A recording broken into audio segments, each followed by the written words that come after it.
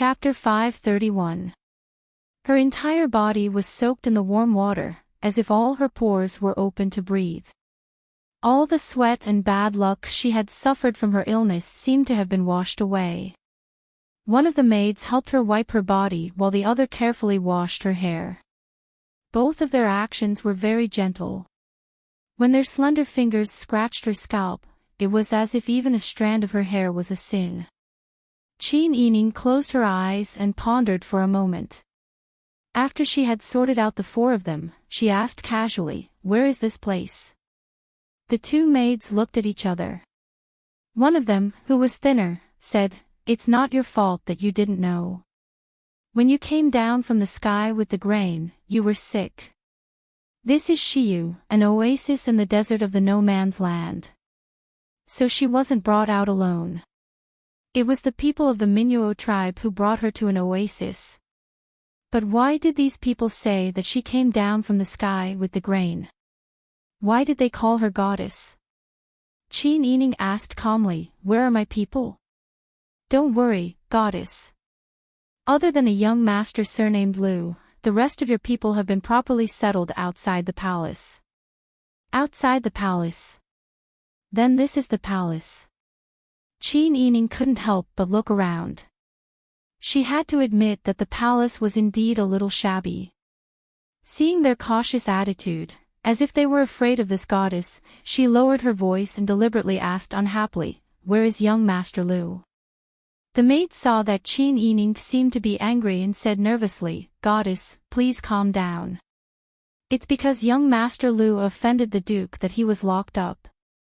"Offended? How did we offend him?" Her tone was even more domineering. The maid hurriedly bowed her head and said, "Please calm down, goddess. You came to Shiyu with the grain seeds. You must have heard the sincere prayers of our people. Long before we came here, generations of our people and the Duke have been praying for the goddess in the Holy Book to come and save us with the grain. According to the Holy Book, once the goddess comes to Shiyu, you will be the Duke's wife. However, young Master Liu strongly opposed the Duke's decision to announce his intention to marry you to the public. In a fit of anger, the Duke locked young Master Liu up.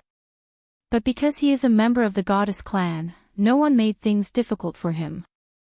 Qin Yining was speechless. Could the royal prince that the maid was talking about be the uncle she saw just now? No wonder the royal prince looked at her with such a passionate gaze. He wanted to marry her, but did he ask for her opinion? Qin Yining suppressed his anger and confusion and continued to ask with a serious expression, "I see. It should have been over 100 years since your clan came to this oasis, right?" The two maids nodded. "Goddess is right. Our Sunset Moon tribe has been here for over 100 years." Qin Yining saw that the two of them were in fear and trepidation. They seemed to be in awe of this mysterious goddess, so she could not overdo it. No matter what, she had to conform to their impression of the goddess. Thus, she was not in a hurry to ask any more questions. From the information that they had given her, she could tell that this was still the no-man's land. The Sunset Moon tribe had been here for over 100 years. This tribe's accent and etiquette were similar to the southern part of Dezhou, which bordered the Dian. However, from their clothing and totems, it was clear that they were a minority. Thus, this tribe should have come to the no-man's land about 100 years ago. However, as far as she knew, this place had already become a desert 100 years ago. In other words, the Sunset Moon tribe was the same as the Minuo tribe. They had walked into the no-man's land, crossed the desert, and luckily arrived at this oasis. The Minuo tribe had been hunted down and had no choice but to enter the no-man's land. In such a harsh environment, they could not have come out. The entire Sunset Moon tribe couldn't have come out to sightsee, right? Qin Yining deduced that they must have been forced to come here 100 years ago for some reason. Considering the complex landscape of the no-man's land, they should be like the Minuo tribe, unable to find a way out. Even if they had a general direction, it would be very difficult to find a way out. Furthermore, this oasis could support a tribe for 100 years. They even had the spare energy to build a palace and were not stingy with water. This meant that this oasis should be very large and did not lack water. However, the two of them had described her as a goddess who had descended from the sky with food. This meant that this tribe was lacking in food. At least, when they had first arrived at this oasis, they were lacking in food. Qin Yining knew the tricks of the superiors. When food was scarce and they were afraid of a revolt, they would often think of all kinds of ways to appease the people. That was why they made up a legend, saying that the goddess would bring food from the sky and give the people hope.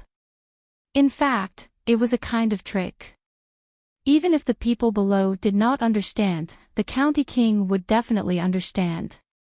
However, the county king had called her a goddess just now.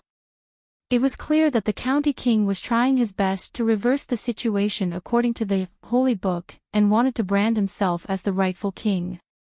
Qin Yining could only deduce these conclusions for now. She had to continue investigating to find out the specifics. The most important thing now was to find a way to meet her tribesmen and rescue Lu Heng. Qin Yining made up her mind and closed her eyes to rest, maintaining a sense of mystery. The two maids saw that she had closed her eyes and did not speak. There was no other expression on her exquisite and charming face. She had an air of nobility that could not be profaned. Their movements became even more careful. After bathing, the two maids brought out a red robe made of fine cotton and embroidered with the complicated totem of the Sunset Moon tribe. The style was similar to what the women here wore. The sleeves were narrow and the skirt reached the waist. When Qin Yining wore it, it accentuated her slender waist and the curves of her body rose and fell like a mountain. Her long hair was carefully dried and half of it was tied up with a pure silver tassel hairpin. The rest of her hair hung down her back, giving her an otherworldly aura. In Dian and Dezhou, this kind of hairstyle was worn by unmarried young girls. Qin Yining guessed that this was also the custom here. However, when she thought about how the county king wanted to take her as his first consort, Qin Yining understood their intentions. However, the situation was not clear yet. Qin Yining did not intend to reveal the truth. They could do whatever they wanted for now. When she left the side room and arrived at the main hall, County King Xia was still in the room. He saw Qin Yining walk over with the help of the two maids. As she walked, her skirt fluttered in a beautiful arc. Her flawless appearance stunned him. County King Xia stood up. His face was red and he said excitedly, "Goddess." When he spoke, he did not know what to say. He just stared at Qin Yining. Qin Yining was disgusted by his gaze. However, she had no choice but to lower her head. The safety of the Minuo tribe was not guaranteed yet, so she could only say, "County King. May I ask where my tribesmen are now? I want to see them." "Ah. That's easy. However, Goddess's body is not fully recovered yet. It is not suitable for you to leave the palace. Why don't this king have someone bring them into the palace? However, there are many of your tribesmen.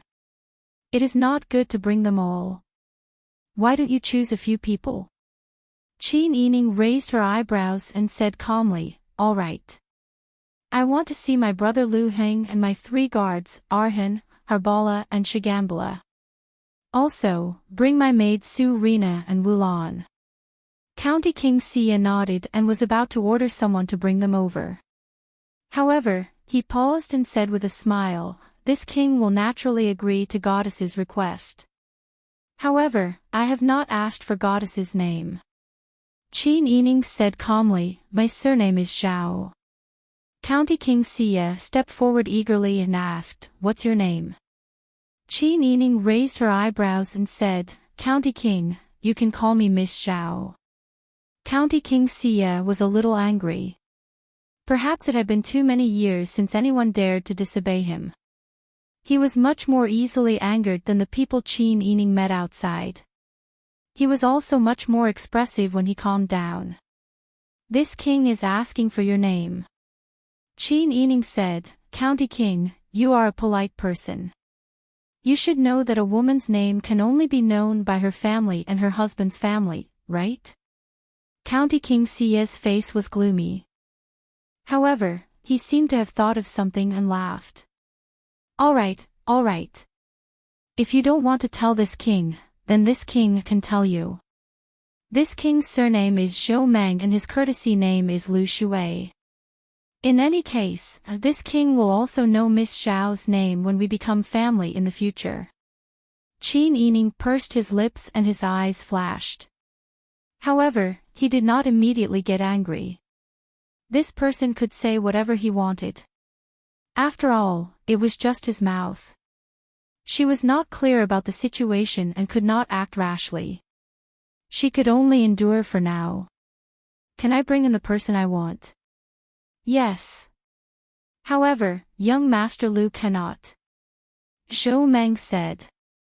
Qin Yining frowned and said, he is my brother. I must see him. Your surname is Zhao and his surname is Lu. How can the two of you be siblings? Zhou Meng said sarcastically. Qin Yining's beautiful eyes turned and looked at him as if he was an idiot. County King, could it be that you don't have any cousins? Zhou Meng was stunned. He had indeed forgotten about this because of the beauty in front of him. It was no wonder that young Master Lu had been obstructing him when he wanted to marry a princess. It was because of his own cousin. However, since ancient times, there had been no clear distinction between cousins. Zhou Meng became even more displeased. When he thought of the other women in his imperial harem, Zhou Meng changed his strategy. He smiled gently and said, Beauty, don't be angry. This king will call someone else to see you. Later, this king will give you the most beautiful gemstones and the freshest fruits, all right? Qin Yining frowned and sneered. County King, please conduct yourself with dignity. Looking at County King's appearance, you should also be familiar with etiquette. You should know that the orders of the parents and the words of the matchmaker, right? County King, you said that you want to marry me, but you can't accept my family. Why is that? I don't think I can accept your attitude. After saying that, she turned around and left Zhou Meng with her back to him.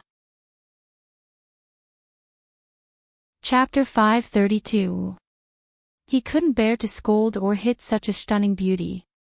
It was more important to make the beauty happy, but he couldn't keep her cousin locked up, right? As for whether or not there was something between her and her cousin, although he was angry, he didn't care. Even if she knew what it felt like, it wasn't a bad thing. She was even more tactful. Thinking of this, Zhou Meng smiled widely and said, all right. Don't be angry, beauty. This king will do as you say. Qin Yining refused to turn around and sat on a wooden stool to the side. Zhou Meng rubbed his hands, and a foolish smile hung on his deep-set face. He paced back and forth behind Qin Yining. He wanted to reach out his hand a few times, but he suppressed it in the end. There's no rush. There's still a long way to go. If I provoke her now, how boring will it be in the future? After warning himself, Zhou Meng didn't harden his heart to touch Qin Yining. Instead, he changed his method of chatting with her. Beauty, where do you live? How did you come here with the food? Qin Yining turned around and laughed mockingly. I'm not a goddess anymore, right? When Zhou Meng saw her sharp and charming gaze, his entire body went limp. He stood there in a daze and took a few deep breaths before he managed to suppress the restlessness in his heart. Ah, you came to Sia with food, so of course you're a goddess. However, even if a goddess was born in the mortal world, she would still have a place of origin, right? Qin Yining glanced at him indifferently and didn't say anything. When she first met him today, she thought he was a steady and cold man. Now, it seemed that he didn't reveal his true colors from the beginning because he was trying his best to suppress it. Qin Yining knew that the more she said, the more mistakes she would make.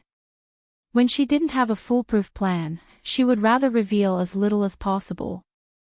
Thus, she simply propped her chin up and closed her eyes to rest, completely ignoring the person behind her. Zhou Meng stood with his hands behind his back and pursed his lips as he stared at Qin Yining. His gaze was so passionate that it was as if he could see through her clothes. He looked serious, but in reality, Qin Yining felt uneasy. Not long after, someone came in and said, "Your Highness, I've brought him here. Let them in." Zhou Meng turned to look at the door and saw a group of people being led into the spacious hall by the maidservants. Zhou Meng said, "Miss Xian, the person you want is here." In front of outsiders, calling her a beauty was too vulgar, and calling her a goddess was too high of a compliment, so they could only call her that. Qin Yining stood up and said, "Thank you very much. The royal prince is also tired. Since you are busy, you should go ahead. There is no need to worry about me." Despite being asked to leave, Zhou Meng did not get angry. Instead, he smiled kindly.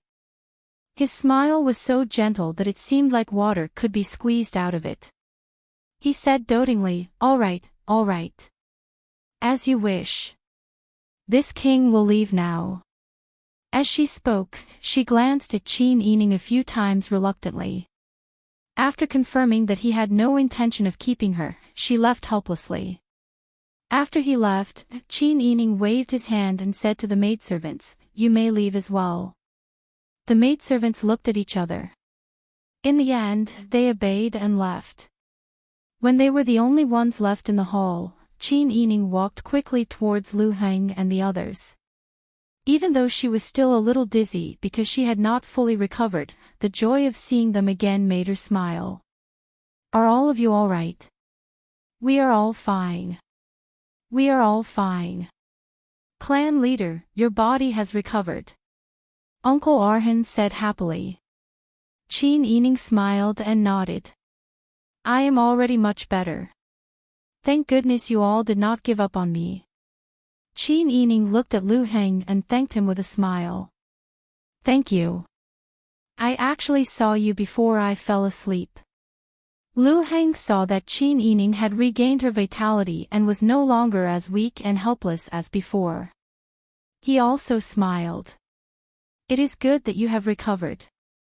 At first, I did not believe in the abilities of the doctors here. I did not expect them to be so good." Qin Yining hurriedly pulled everyone to sit down and asked in a low voice, "Is everyone all right? Is our clansman all right? How did we get here?" Lu Heng said in a low voice, "On the 4th day after you fell unconscious, we saw an oasis. At first, we thought it was an illusion, but then a group of soldiers wearing rattan armor surrounded us. When they saw our supplies and saw you sleeping in the carriage, the rattan armor soldiers said that some goddess had come. We did not know what to do." Qin Yining felt embarrassed when she thought of that scene. Uncle Arhan also smiled and said, "Yes, but fortunately, they have a goddess here that they believe in. That is why we can live in peace. Now, our clansmen are all stationed in one place, and the supplies are also in our hands. I took the opportunity to ask around. This Sunset Moon clan should be from Dezhou. More than 100 years ago, they were hunted down and fled here because the imperial court killed the vassal kings who colluded with the Sunset Moon sect. These days, I have been asking around and connecting the stories I heard from many people. They probably had nothing when they first came here. Everything here was developed over the past 100 years. Because when they first came here, their clansmen were always hungry. Fortunately, the Sunset Moon sect they believed in said that the goddess would one day come with seeds of food, which gave them some confidence. These people also tried to go out, but the people they sent out did not succeed. Most of them were lost in the desert in the no man's land. Only a few people came back. After several generations of hard work, although their clansmen can be self-sufficient in this oasis, they still lack food. Qin Yining nodded. This was similar to his previous analysis. Qin Yining asked again, how many people are there? How many soldiers are there? Uncle Arhan said, I looked carefully. There are about 4,000 to 5,000 people here, and about 1,000 soldiers. However, the soldiers here are all young people. Think about it, they haven't fought in a war for several generations. These young soldiers who have never seen blood will probably be scared witless on the battlefield. They can't compare to the bravery of our clansmen. Qin Yining and Lu Heng both nodded in agreement. Compared to the soldiers who had been living in a greenhouse and were used to peace, experienced soldiers were more daring and could save a lot of unnecessary trouble. Therefore, Qin Yining thought that if a fight broke out, the Minuo tribe might not be at a disadvantage. They also had the ability to protect the supplies. So now that the supplies are still in our hands, the people here don't act rashly. Yes. Arhan nodded and said, I think they don't want to fight. That's why their leader wants to marry you. Chapter 533. In other words, the Duke wants both the population of the Minuo tribe and our food for free. What Lu Heng didn't say was that the Duke also wanted Qin Yining. Lu Heng couldn't help but gnash his teeth in anger when he thought of Zhou Meng's lecherous expression when he saw Qin Yining. Qin Yining was born beautiful, so it was normal that he couldn't help but take a few more glances at her. However, Zhou Meng already had 4 concubines and over 30 concubines. He even had more than 10 sons. How could he still have the nerve to stare at a young woman at such an age? How do you plan to deal with this? Think of a way to keep us here. I'm afraid you'll be in danger. Lu Heng's eyes were filled with worry. Qin Yining also felt her teeth ache when she thought of Zhou Meng's appearance. I'll think of a way to keep you here. She pointed at everyone and said, You're my cousin, the 3 of you are my guards, and the 2 of you are my maids. He only allowed you to come after I told him this. Uncle Arhan smiled and said, That's what the person who called us said. We guessed that it was your idea, so we didn't act rashly. Also, they don't understand what we're saying. Qin Yining was delighted and said, That's even better. It'll be more convenient for you to talk among yourselves. Have you been restricted in your movements during this time? Maybe they want to show respect to the wise, or maybe it's because we're guarding the food, so their people are very polite to us. Also, many of their women come every day to deliver food and water to our warriors, so they'll deliberately stay to talk to us and take a look at the food before leaving. In this way, it was obvious what the Sunset Moon tribe wanted to do. It was likely that their king had ordered them to do so. Or maybe Zhou Meng had already ordered people to leak out that he was going to marry the goddess as his first wife. That was why they were following his example. Qin Yining nodded and said, I understand. I might have to deal with him for a while. Once we figure out the route, we'll act accordingly. Lu Heng then used Hayden to tell Qin Yining's words to the people behind him. They all nodded to show that they understood. Qin Yining then discussed with Lu Heng in a low voice, Let's blend into their lives first. We need to get a clear picture of the terrain. If we want to leave, we need to have a clear plan. Don't act rashly. It's not worth it to lose our lives for nothing. Now, these people are certain that we have also escaped to the oasis. Although they keep saying that it's a goddess, I don't think the county king here really believes the words they use to appease the people in the holy book. It's most likely that they want to blackmail us in the end. Let's observe first and act according to the situation. Lu Heng nodded and said somewhat helplessly, We just left the wolf's den and entered the tiger's den. It wasn't easy for us to not get into trouble in the desert, but we just had to meet these people again. Qin Yining smiled confidently. It's nothing. As long as I'm alive, there's hope for everything. Right now, we don't lack food or water. At least we don't have to worry about being buried alive after a sandstorm. It's just a battle of wits. You and I are both familiar with this. What's there to be afraid of? Although she was seriously ill, she was still a little weak when she spoke, as if she didn't have enough breath. Even her complexion was not as good as when they first met. Now, she was too thin. Her cheeks were the size of a palm, and she was pale and weak. She gave people the feeling that she was weak. However, her eyes had never changed. They were still as bright and spirited as before, full of confidence. This person was like a luminous body. Her entire body was shining, making people feel hopeful for the future. Lu Heng couldn't help but smile. You're right. When it comes to a battle of wits, we just need to calm down and think about it thoroughly. Qin Yining also smiled and nodded. He patted Lu Heng's shoulder and said, "Thank you very much." What she had always wanted to say to Lu Heng was to thank him for saving her life, thank him for accompanying her, and thank him for not giving up on her and not abandoning her when she was sick. Lu Heng immediately understood Qin Yining's meaning. He couldn't help but smile. What are you thanking me for? When I was sick, you didn't give up on me. You even took care of me meticulously. After I was kidnapped, I heard from Uncle Arhan that it was because you insisted on tracking me that I was rescued. As far as I'm concerned, I also want to thank you. But it's pointless to keep thanking me like this. We're partners, and we're a family with the Minuo tribe. There's no need to thank me. Uncle Arhan nodded repeatedly as he listened. Yes. We're a family. There's no need to thank me. Qin Yining smiled and nodded. Okay, I won't say that in the future. There's no need to be so formal between partners. Lu Heng also smiled and nodded. Right now, he was incomparably glad that he didn't fight for anything.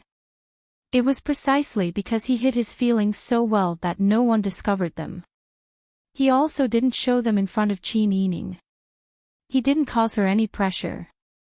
That was why he was able to stand by her side as a friend and partner.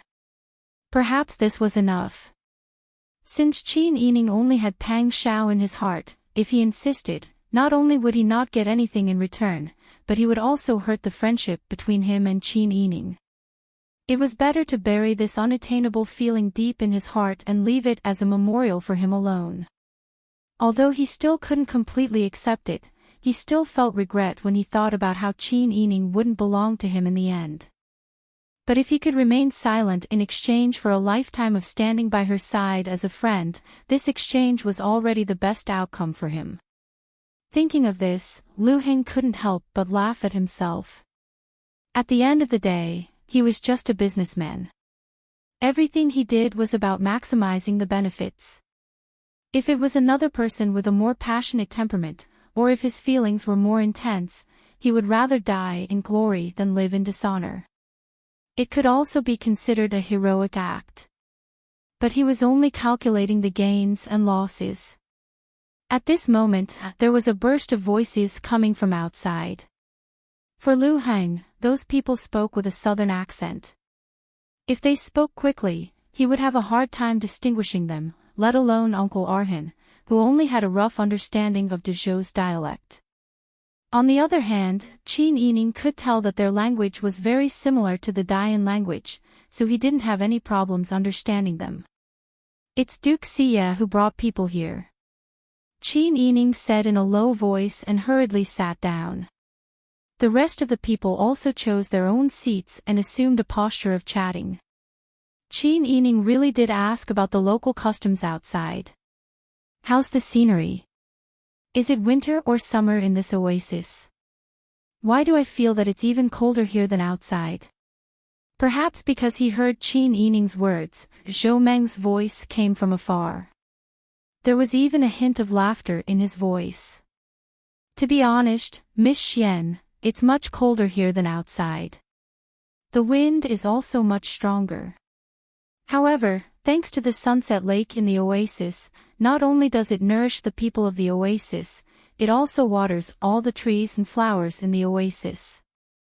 That's why the dust isn't too heavy. It seems that the entire Sunset clan has treated this oasis as their territory after coming here. Qin Yining stood up and said, "It's so warm in the palace. I see that my guards are wearing thick clothes." Zhou Meng laughed loudly. "That's because when we built this palace, we used warm walls and Kong beds. Furthermore, Miss Xian is still ill. Naturally, we had to choose the warmest palace for you to live in." Qin Yining nodded and said, "Thank you, Duke Xie." Zhou Meng placed his hands behind his back and stared at Qin Yining with bright eyes. Seeing that her complexion had improved after meeting with his own people, he couldn't help but feel happy. It seems that to make a beauty happy, he had to follow her heart. When a beauty was in a good mood, her smile was also beautiful. Looking at her made him even happier. She was such a gentle and weak woman, and she was also so beautiful. What harm was there in pampering her a little more? Zhou Meng made up his mind and placed his hands behind his back. He leaned closer and said with a smile, "This king has arranged for your guards to come and visit you every day. Do you like it?" Qin Yining promptly went to pour her a cup of tea and moved to the side to avoid Zhou Meng's approach. Zhou Meng watched as she handed him a cup of tea and smiled even more proudly. He took the cup and drank a mouthful. The tea that he usually found tasteless now seemed to be filled with sweetness. Good tea. Qin Yining observed Zhou Meng's expression and saw that he was in a better mood. She then said in a warm voice, "Duke Xie, this little girl has left her hometown and is unfamiliar with this place. I really miss my hometown. Duke Xie is kind enough to allow my clansmen to come and visit me every day. Of course, I am happy.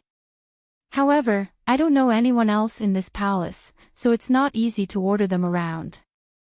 I wonder if Duke Xie can allow them to stay here. I see that there are many side rooms here. It won't take much effort for them to stay here. Furthermore, I will restrain them and not let them walk around your palace." Zhou Meng narrowed his eyes and slowly put down the cup of tea. Miss Xian likes it. This king shouldn't have refused. However, this king's palace is filled with this king's concubines, as well as this king's children. It would be very inconvenient for outsiders to come in. Seeing that Qin Yining's watery eyes were filled with grievance and disappointment, Zhou Meng immediately felt that his words might have been too harsh. He immediately added, "How about this? This king will allow them to come and visit you once a day. They can stay for 4 hours each time. He can also arrange for someone to accompany you to walk around. What do you think?" That's right, this king's daughters and concubines all worship the goddess. Their temperaments are also very gentle. If this king allows them to accompany you, you won't feel lonely. Qin Yining pursed her lips and said, "All right. Duke Xie, please don't go back on your words. As for my cousin, Duke Xie, on account of his concern for me, please don't lock him up." The beauty frowned and pouted. Her appearance was very pitiful. Zhou Meng simply wanted to give her the most precious fruits and the most beautiful clothes to make her happy. He would give her everything she wanted. This request wasn't too much. After all, once she married into this family, this cousin would be considered a relative. Thinking of this, Zhou Meng pretended to be generous and said, "Although your cousin's words were too unruly and offended this king, Miss Xian pleaded for him. This king will let him go for your sake. Let him stay with your clansmen." Chapter 534. Zhou Meng couldn't help but stare at Qin Yining's delicate appearance again. When she thanked him, her red lips were slightly parted, shy. That appearance was simply too seductive. Zhou Meng hated that he couldn't immediately marry her into his family. As long as he thought about how he could obtain this woman, blowing out the red candles in the night, and flirting under the red canopy, a wave of heat coursed through his body. Zhou Meng was afraid that he would appear indecent, so he immediately crossed his legs and said, "Look, is there anything here that you don't like? Or if there's anything else that you want, you can directly tell this king." He then looked at Lu Heng, Arhan, and the others who were standing behind Qin Yining as if he was bestowing a favor. He said, "Your clansmen can also make requests. This king will make the appropriate arrangements." This kind of boastful tone was truly annoying. Qin Yining was still able to hide her thoughts. She said without batting an eyelid, "The Duke has already made the necessary arrangements. We don't lack anything for the time being. We're all on the same side. If there's anything that you lack or want to use, don't hesitate to ask. Don't make yourself suffer." Zhou Meng dragged out the last sentence. As he spoke, he couldn't help but lean closer to her. Qin Yining lowered her head, hiding the annoyance in her eyes. She only nodded. Zhou Meng looked at the long hair that fell over her shoulders as she nodded. He felt as if his heart was being teased by that soft hair. He wanted nothing more than to immediately pull her into his arms and dote on her. However, Zhou Meng still maintained his status and couldn't appear too lustful in front of outsiders. In any case, this oasis was his territory. Their Sunset Moon clan had explored for 100 years, but they still couldn't find the way out of the no man's land. He believed that Qin Yining and the others wouldn't be able to leave either. In any case, they were going to stay here forever. He didn't believe that he couldn't obtain this beauty. There was still plenty of time in the future. Moreover, compared to when they first met, the beauty's attitude had softened a lot. She was no longer as cold as before. This was probably because she was relieved to see her clansmen, right? Many thoughts flashed through Zhou Meng's mind, but they only lasted for a few breaths. He sat in his original spot and chatted with Qin Yining. It seemed like a casual conversation, but in fact, every word he said was to get information out of her. He wanted to know why this group of people entered the desert, why they had so much food, and how they passed through the no man's land to find this place. Qin Yining was very attentive as he answered Zhou Meng very carefully. After chatting for almost an hour, not only did Zhou Meng not get any useful information, he even told Zhou Meng a lot about the Sunset Moon clan and his family situation. Furthermore, he did not seem to be unhappy with Qin Yining's answer at all. Instead, he chatted very enthusiastically. After all, Qin Yining had not fully recovered yet. After such a battle of wits and courage, she was very tired. Thus, he showed an appropriate expression of exhaustion. Zhou Meng wanted to please the beauty and get closer to her. How could he bear to make Qin Yining uncomfortable? He immediately asked someone to arrange for an imperial physician to take a look at Qin Yining. When Qin Yining saw that this person was not willing to leave, he was very irritated. Even the people who were standing behind and listening to their conversation were very irritated. However, they suppressed their emotions and did not dare to act rashly. While waiting for the imperial physician, a maid came in from outside to pass on a message. "My prince, the fourth princess consort is about to give birth. The imperial physician says that the situation is very dangerous. Please go and take a look." Zhou Meng's expression changed as he immediately observed Qin Yining's expression. When he saw that Qin Yining was not angry or jealous, he did not know if he should be relieved or disappointed. He could only stand up and say, "If there is a problem, let the imperial physician take a look. What's the use of looking for this king? Can this king deliver a child?" Qin Yining frowned and said, "A woman giving birth is a big matter. The fourth princess consort is the prince's consort, right?" In other words, he was blaming Zhou Meng for being so heartless. His own woman was about to give birth, but he was busy seducing another woman. Even if the imperial physician said that the situation was dangerous, he was too lazy to take a look. Zhou Meng also realized that he could not let Qin Yining have the impression that he did not care about women. He said, I am also busy with work. I have many officials to meet later. Since Bell. Miss Huan said so, I will go and take a look. In a while, the imperial physician will take a look at you. You have to take your medicine and rest well. This king will come and see you when he has time. Qin Yining was already extremely annoyed. He thought to himself, you are finally leaving.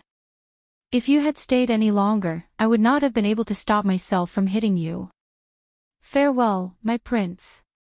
Qin Yining bowed. Lu Hang and Arhan also took the lead to bow and send him off.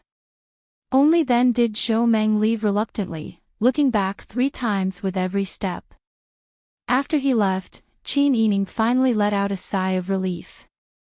Because the Sunset Moon clan's maidservants were still around, no one could speak casually. However, Qin Yining could feel that everyone was relieved. Qin Yining called over the maidservant who had been serving her earlier. Is the 4th princess consort the prince's consort? When the maidservant heard this question, she was so frightened that her entire body trembled. The prince was obviously going to marry the goddess. What if the goddess found out the truth and became jealous and refused to marry the prince? Wouldn't all their food be taken away by the goddess? When she thought of this, the maidservant fell to her knees. Goddess, please calm down. We have prayed for 100 years for the goddess to come to the Sunset Moon clan. The prince did not know that the goddess had returned. For the sake of the Sunset Moon clan's reproduction, he had no choice but to marry her. If the prince knew that the goddess had returned, he would definitely wait for you. Qin Yining was dumbfounded when he heard this. He did not know whether to laugh or cry. It seemed that the Sunset Moon clan's people here held the Sunset Moon sect, the Holy Book, and the goddess in high esteem. Compared to the lecherous prince, the commoners had probably been instilled with the idea that the goddess would bring food to the Sunset Moon clan since they were young. Hence, they had always believed in it without a doubt. Hence, it could be deduced that the seeds of food were really needed here. Qin Yining frowned and pretended to be worried. He sighed softly and said, Get up. What's your name? Goddess, my name is Baiyu. You don't have to be so nervous. I won't do anything. Since I'm here, I won't leave easily. I won't take the food away easily either. I just want to understand the situation here. I hope that you can tell me. Baiyu became even more nervous when she heard this. She would not leave easily and would not take the food away easily. This meant that she would still leave if she was unhappy. He had to serve the goddess well and not let them leave. Baiyu immediately nodded and said, Goddess, I will tell you everything I know. The Duke has the 1st princess consort, the 2nd princess consort, the 3rd princess consort, and the 4th princess consort. The 4th princess consort was only conferred last year and has 37 concubines. Some of them are newly conferred, while others are old concubines who have given birth to young masters or young misses. The Duke has yet to appoint an heir. In other words, if Qin Yining married the Duke and gave birth to a son, there was a possibility that he would be the heir. It seemed that the competition to become Duke Xia's concubines was very fierce. Apart from the increase in the number of Duke Xia's concubines, the titles of princess consort, concubines, heir, young masters, and young misses were all based on the titles used by the Duke of Beiji. Hence, the people here must have been forced to come here by the Duke of Beiji's fief and his subordinates. Qin Yining asked a few more questions before the sound of voices came from outside.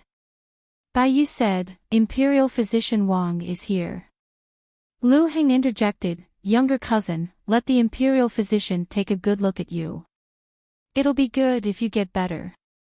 Qin Yining nodded with a smile and went to sit on the heated Kong bed. Lu Heng, Arhan, and the others naturally stood near her. Imperial physician Wang looked to be in his 40s or 50s. He had a slightly hunched back, and when he walked, his back was bent and his face was wrinkled. He looked like a pitiful person who was full of sorrow and was about to be crushed. When he came close, he bowed and carefully checked Qin Yining's pulse. Finally, he said, "Goddess's cold is much better. However, your body is still weak and needs to be nourished." Bai Yu and the other maidservant, Xanu, hurriedly asked Imperial physician Wang about how to nourish her body. While they were busy, Qin Yining winked at Lu Heng, Arhan, and Shiganbala. Lu Heng couldn't help but nod with a smile. With an imperial physician taking a good look at her and receiving the best treatment and care, he believed that her body would definitely get better. In this way, Lu Heng could rest assured. The sky gradually darkened. Outside, a guard came to pass a message to Bai Yu. The county king has ordered for the goddess's clansmen to go back and rest for the time being. Qin Yining frowned with some reluctance. Arhan whispered, "Are you afraid to stay here at night?" "There's nothing to be afraid of. The matter is still being discussed. I'm safe here. It's good that you can go back, lest the clansmen worry." Qin Yining smiled at Lu Heng and said, "Older cousin, go back and rest well." Lu Heng understood Qin Yining's meaning. She hoped that he would take good care of the clansmen after going back, observe the surrounding environment, and create a suitable strategy. Fortunately, they could meet every day to exchange information and plan countermeasures. It was convenient for him to observe the situation outside the palace and inform Qin Yining about it. Other than worrying that Qin Yining would be hurt by Zhou Meng, everything else was exactly what Lu Heng wanted. Although he thought so, the reality was like this. Lu Heng and the others had to leave first. Qin Yining asked Bai Yu to send them off, and he took medicine under Xanu's care. When the sky was dark, oil lamps were lit in the hall. Bai Yu and Xanu brought dinner. The main dish was boiled soft and glutinous beans, a few pickled side dishes, and the fruit was a green apple. Beans were more common in the north, and she lived in the palace. That county king Xie deliberately wanted to please her, so he would definitely order the servants to treat her well. The main food they provided was beans, which were practical for the commoners. There was no rice or flatbread, so there was a real shortage of food here. Bai Yu and Xanu saw that Qin Yining was looking at beans, which were not practical, and couldn't help but feel nervous. Chapter 535. Qin Yining couldn't help but sigh when she saw how nervous the two of them were. Qin Yining didn't want to make things difficult for the servants. They were all following orders, and she had never been picky about food. How could she get better if she didn't eat? Who cared what she ate? She just needed to eat. After Qin Yining had a full meal, she rinsed her mouth and washed her face. Then, she planned to take a walk outside. Unexpectedly, just as she gave the order, a woman's voice came from outside. "We are the princess consorts. Of course, we have the right to see the goddess." "What? Is the goddess not allowed to see us because she is ugly?" "That's right. Hurry up and get out of the way. Otherwise, this king consort will have the royal prince behead you." The women's voices were very sweet. If it weren't for the fact that the content of their words was too domineering, it would have sounded quite pleasant. Bai Yu nervously said in a low voice, "Goddess, the princess consorts are here." Qin Yining rubbed the space between her brows. Then, she stood up and walked to the outer hall. She sat down in the middle of the hall and said, "Let them in." Bai Yu nodded. Just as she was about to go out and welcome them, the women walked in with their entourage. The woman in the lead was in her early 30s. She was tall and voluptuous. She had a long face and regular facial features. Her hair was combed into a high bun with a pair of gold and ruby tassel hairpins. As she walked, the red flowers on her peony-embroidered high-waisted dress and the ruby on her hair resonated with each other. Under the illumination of the hall's lights, it was a little dazzling. The two women behind her were both in their prime. The taller one had a slender figure. The other one was of average height. The two of them were also dressed in luxurious outfits, beaming with jewels. Although they weren't wearing silk but fine cotton, it was obvious that they had an extraordinary status based on the color and style. Baiyu whispered in Qin Yining's ear, "Goddess, the one wearing the peony-embroidered dress is the first princess consort. The one wearing the blue dress is the second princess consort. The one wearing the fine embroidered dress is the third princess consort." Hearing this, Qin Yining nodded slightly. Then, he raised his eyebrows and looked at the three consorts who had come with a group of maids. The three princesses and the group of maids behind them had already stopped in their tracks. They stared blankly at Qin Yining, who was sitting upright on the head seat. As the saying goes, the more one looks at a beauty under the light, the more one looks at her. Under the orange light, Qin Yining, who was dressed in red, appeared to have dark hair and snow-white skin. Most importantly, she had exquisite facial features and a noble temperament. Just by sitting there quietly and looking at them quietly, he gave people a sense of inviolable nobility. After a long while, the third princess consort coughed and broke the silence in the room. "Oh, so the goddess is actually such a beauty. No wonder the duke bestowed her with the best palace and even visited her twice a day."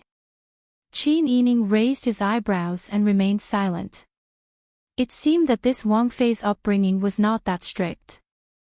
As a Wang Fei, she actually spoke like a shrew in the marketplace.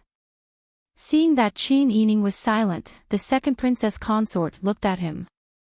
The second princess consort adjusted the light blue cloak on her shoulders and said, "The third princess consort has gone overboard. The goddess was sent by God to deliver food to us. The Holy Book has long prophesied that the goddess will definitely become the duke's official consort. This is a decree from the Holy Book.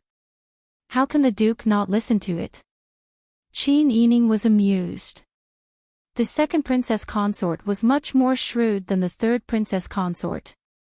What she meant was that the duke treated her specially because of the Holy Book's records and not because he valued her. The first princess consort adjusted the golden hairpin in her hair and smiled gently. "The second princess consort is right."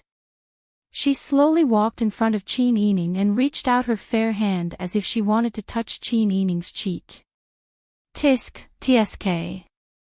This little sister is so beautiful. It's good to be young." Her frivolous words made Qin Yining frown. He leaned back to avoid her hand and said unhappily, "What brings you here?" The first princess consort's hand missed and she frowned angrily. The third princess consort covered her mouth and laughed. I say, first princess consort, don't try to worm your way into being friends with her. She's a goddess. How can ordinary people like us touch her? Don't you see that our duke is infatuated with her?" The first princess consort ignored the third princess consort's mockery and provocation. She only said to Qin Yining, "Although you're a goddess, you're going to be the duke's consort in the future. You'll be the fifth princess consort. We're all women who serve the duke and can be considered sisters. We'll be spending a lot of time together in the future. We should get to know each other better, right?"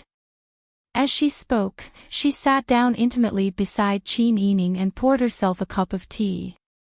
She said, "Come, tell me, where are you from? Are you really the goddess mentioned in the Holy Book?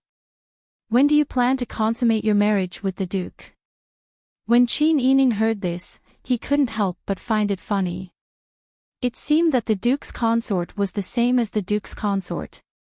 They were both people who thought highly of themselves and were jackals of the same tribe. Qin Yining didn't want to answer. He looked at Jasper at the side and said, "I'm tired. Serve me so I can rest." As he spoke, he stood up and motioned for Jasper to lead the way. He planned to sleep in the inner hall. The first princess consort's expression changed. How could she, who had never been so neglected by anyone, endure the anger of a wild girl who suddenly appeared out of nowhere? Others might believe that she was a goddess, but she didn't. Didn't the Duke fall in love with every girl he saw?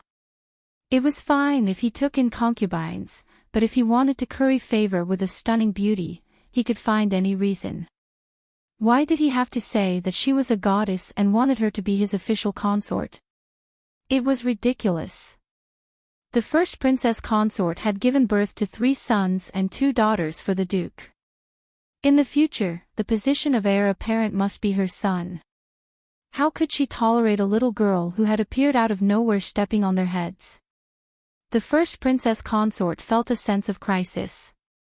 After all, she wasn't young anymore. She also knew how many young and beautiful girls in the palace were waiting to curry favor with the Duke. She didn't care if they were of ordinary appearance. It wasn't that she had confidence in herself, but she knew that the Duke was a person who liked the new and hated the old. Even if she was favored for a while, she couldn't guarantee that she would be favored forever. But now that she saw Qin Yining with her own eyes, she didn't have that certainty. She even had a feeling that if Qin Yining followed the Duke, all of them women wouldn't have a good ending. Looking at the back of Qin Yining being supported by a servant girl as she walked into the room, the first princess consort suddenly had a crazy idea. If this woman disappeared now, that would be great. She gritted her teeth and looked at a servant girl dressed in gray and blue robes. That servant girl received the first princess consort's signal and hesitated. Then she gritted her teeth and charged to push Qin Yining. "How can you be so rude? Did you not hear our first princess consort speak to you?" Chapter 536. By you. Qin Yining hurriedly went to support her. She didn't expect that her dodging would cause Bai Yu to be injured. She said very guiltily, "Are you all right?" Bai Yu held her forehead, blood seeping out from between her fingers. She said in fear and trepidation, "Many thanks, goddess. This servant is fine, this servant is fine." Qin Yining handed Bai Yu to the frightened Xian and said, "Quickly bandage your wound. Find a Tai to take a look at it later." Xian and Bai Yu said, "This servant doesn't dare." Qin Yining thought that since her body hadn't recovered yet, Duke Xie would definitely arrange for a Tai to come and treat her. At that time, they could take a look together. She turned around and asked the first consort servant girl, "What is your name?" Qin Yining's gaze was too cold and sharp. The servant girl was so frightened that she lowered her head and said, this servant." The first consort pulled the servant girl to the side and raised her chin, saying, "What, you really want to put on the airs of a goddess? You were disrespectful to this king's consort first. This king's servant girl only acted this way because she wanted to protect her master. You weren't injured today, so let's forget about it." Qin Yining was so angry that she laughed. The dimples on her cheeks were shallow, and her eyes were cold. She said in a voice that was neither high nor low, neither fast nor slow, "You ordered your servant girl to attack me. You didn't succeed in hurting me, so I can pretend that you didn't do anything. Then what do you want?" The first consort was truly frightened by Qin Yining's appearance. She was also stunned. She was frightened because her gaze was too sharp. People couldn't help but look away when they met her eyes. They didn't dare to look directly at her. She was stunning, but because of her appearance, her entire face became more vivid. It was like a black and white painting suddenly had color. It made people afraid of her majesty, but at the same time, they couldn't help but want to look at her bright and beautiful face. This kind of beauty, if she was allowed to enter the palace, what would happen? The first consort had been a master for many years. How could she extinguish her own breeze? She strode in front of Qin Yining and almost touched her nose. She gritted her teeth and said, "Don't think that because the Duke thinks highly of you now, you can be proud. In the future, when you enter the palace, you still have to call us sisters. There's still a long way to go. If you know what's good for you, then you can forget about today's matter and not mention it in the future. If you ever lose favor in the future, then this princess will let you off on account of how obedient you were today and give you a bite to eat. If you don't know what's good for you, then don't blame us sisters for being ruthless. The royal prince does have the final say in this palace, but can the royal prince follow you 24 hours a day?" Qin Yining looked at First Wang Fei's ferocious expression and couldn't help but smile. Her red lips moved slightly as she said, "You've been narrow-minded for too long. You really think you're someone important? You?" The first consort's eyes widened. She angrily said, "Speak clearly. What do you mean? I'm scolding you. Do you not understand? Do you need me to break it down and explain it to you?" Qin Yining coldly said, "You have the intention to do evil. Regardless of whether you succeeded or not yesterday, you can't erase the fact that you had the intention. And now, my maidservant has been injured. You better give me a satisfactory explanation. You little girl, you dare to speak so arrogantly. This is the palace. You are just a concubine. What is there to be arrogant about? If this king's consort doesn't give you an explanation today, what will you do?" Qin Yining turned around and ordered the guards who had heard the commotion in front of the palace, "Go and call the imperial physician. My maid is injured. Also, I'll have to trouble you to send me to my clansmen." It was easy to call the imperial physician. In any case, this goddess had not recovered from her illness and needed an imperial physician. But to leave the palace. This was something that the guards couldn't make a decision on. This was the goddess who had brought a large amount of grain seeds to the Sunset Moon tribe. If they offended her, what would they do if she did not give the grain to the Sunset Moon tribe?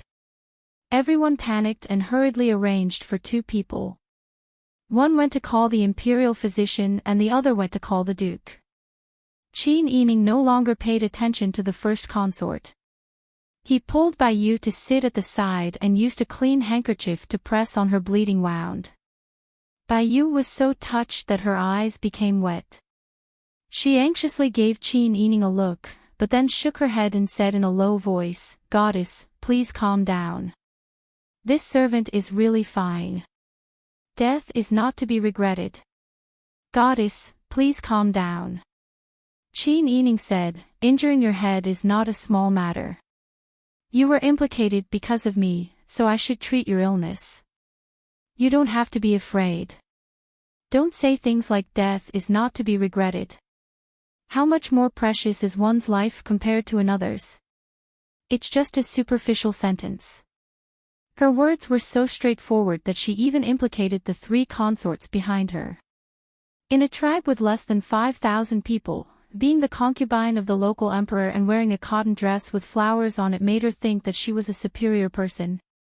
What a joke.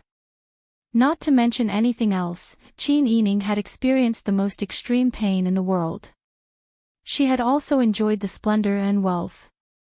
In her heart, these vanity things were already insignificant. However, these frogs at the bottom of the well still refused to let go. They actually had the nerve to provoke her and say such words. It was really unreasonable. Qin Yining did not want to quarrel with such people. In any case, she was not interested in being the fifth consort. However, it was impossible for anyone to bully her. In Dian, she was not even afraid of the demon empress and the emperor's father-in-law. Why would she be afraid of this kind of trash? Qin Yining's nobility and arrogance made the three consorts angry and hateful. The second consort and the third consort were slightly inferior. However, the first consort wished that she could tear apart Qin Yining's perfect face. "Stop putting on an act. You just escaped to our place. You still need our help to live. You want to leave. Go where? What do you mean you want to leave the palace? Can you bear to do that? I've seen too many lowly servants like you. In order to climb up the social ladder, you can do anything. You're just pretending now so that the commandery prince will vent your anger for you. If you have the ability, get out now. You want to use your foxy appearance to harm our kind-hearted commandery prince. There's no way.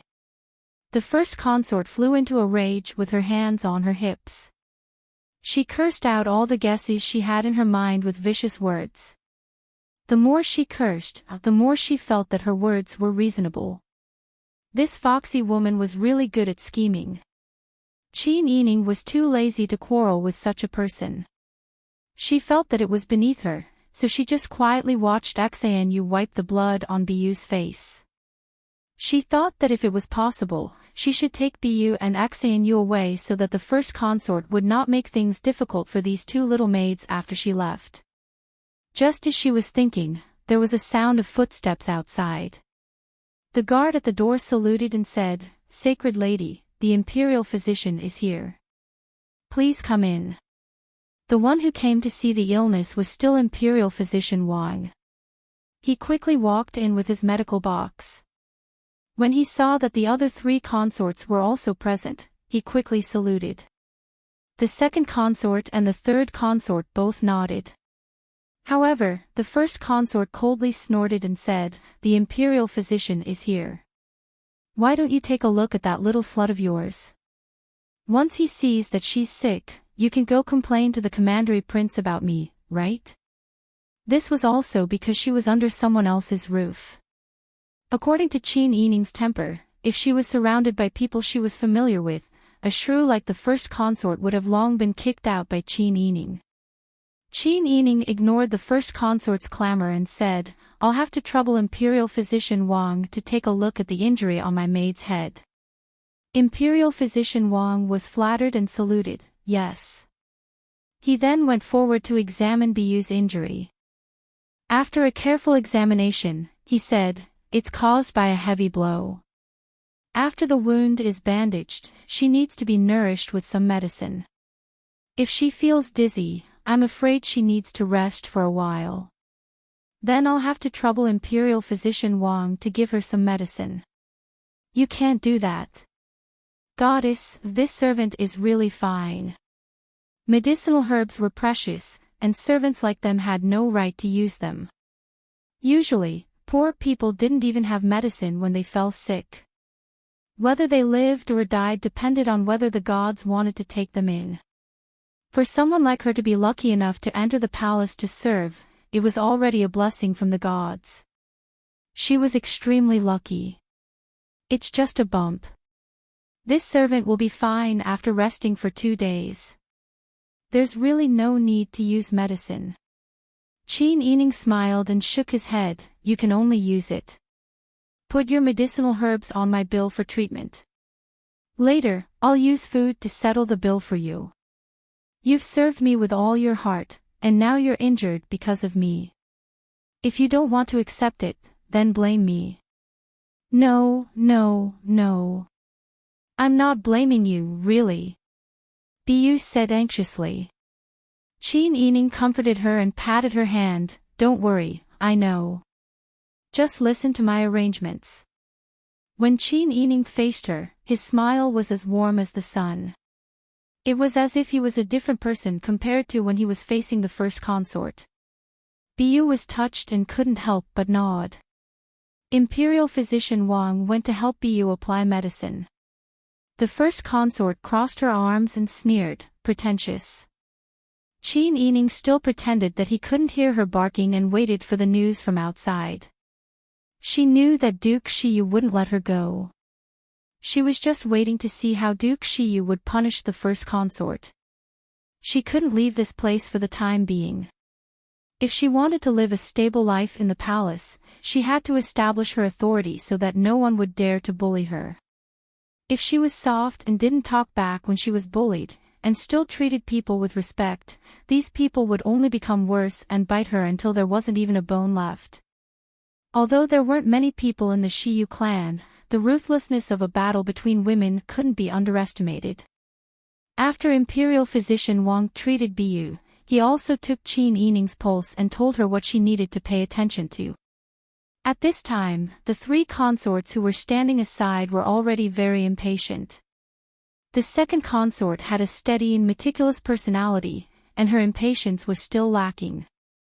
The third consort had already rolled her eyes and glared at Qin Yining countless times. The first consort felt that she was in a dilemma.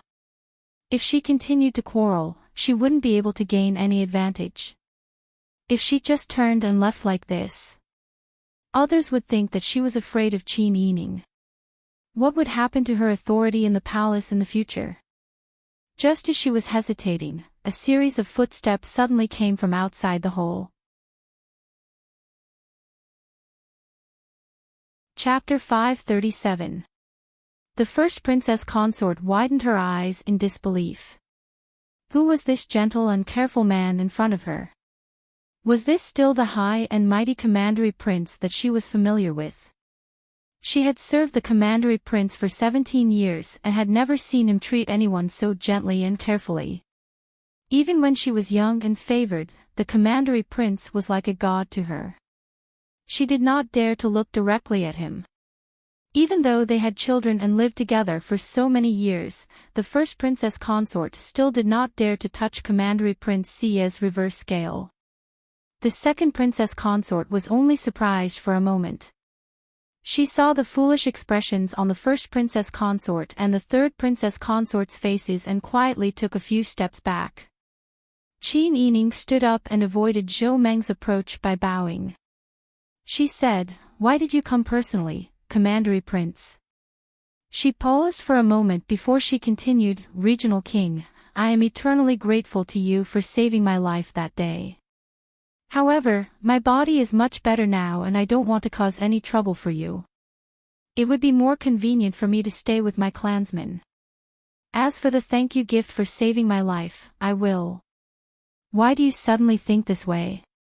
Before Qin Yining could finish speaking, Commandery Prince Sia anxiously interrupted her. "Weren't you fine this afternoon? This king also said that he would allow your clansmen to enter the palace to accompany you every day. Weren't you very happy when you heard this? Why are you regretting it now?" Qin Yining smiled and said, "It is nothing. It is just that it is indeed inappropriate to live in the Commandery Prince's harem." Zhou Meng looked at Qin Yining with a frown and then turned to look at the people beside him.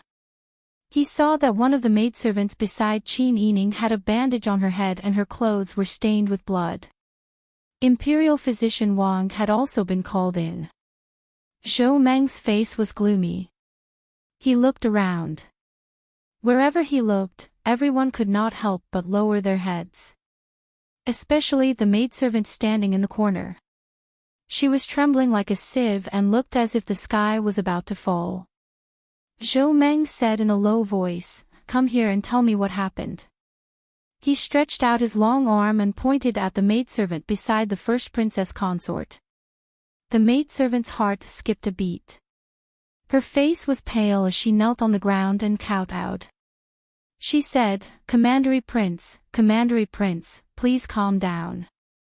I did not do it on purpose. I accidentally pushed the maidservant beside the goddess. She lost her balance and hit her head. The goddess got angry and quarreled with our princess consort. This servant was also anxious to protect my master.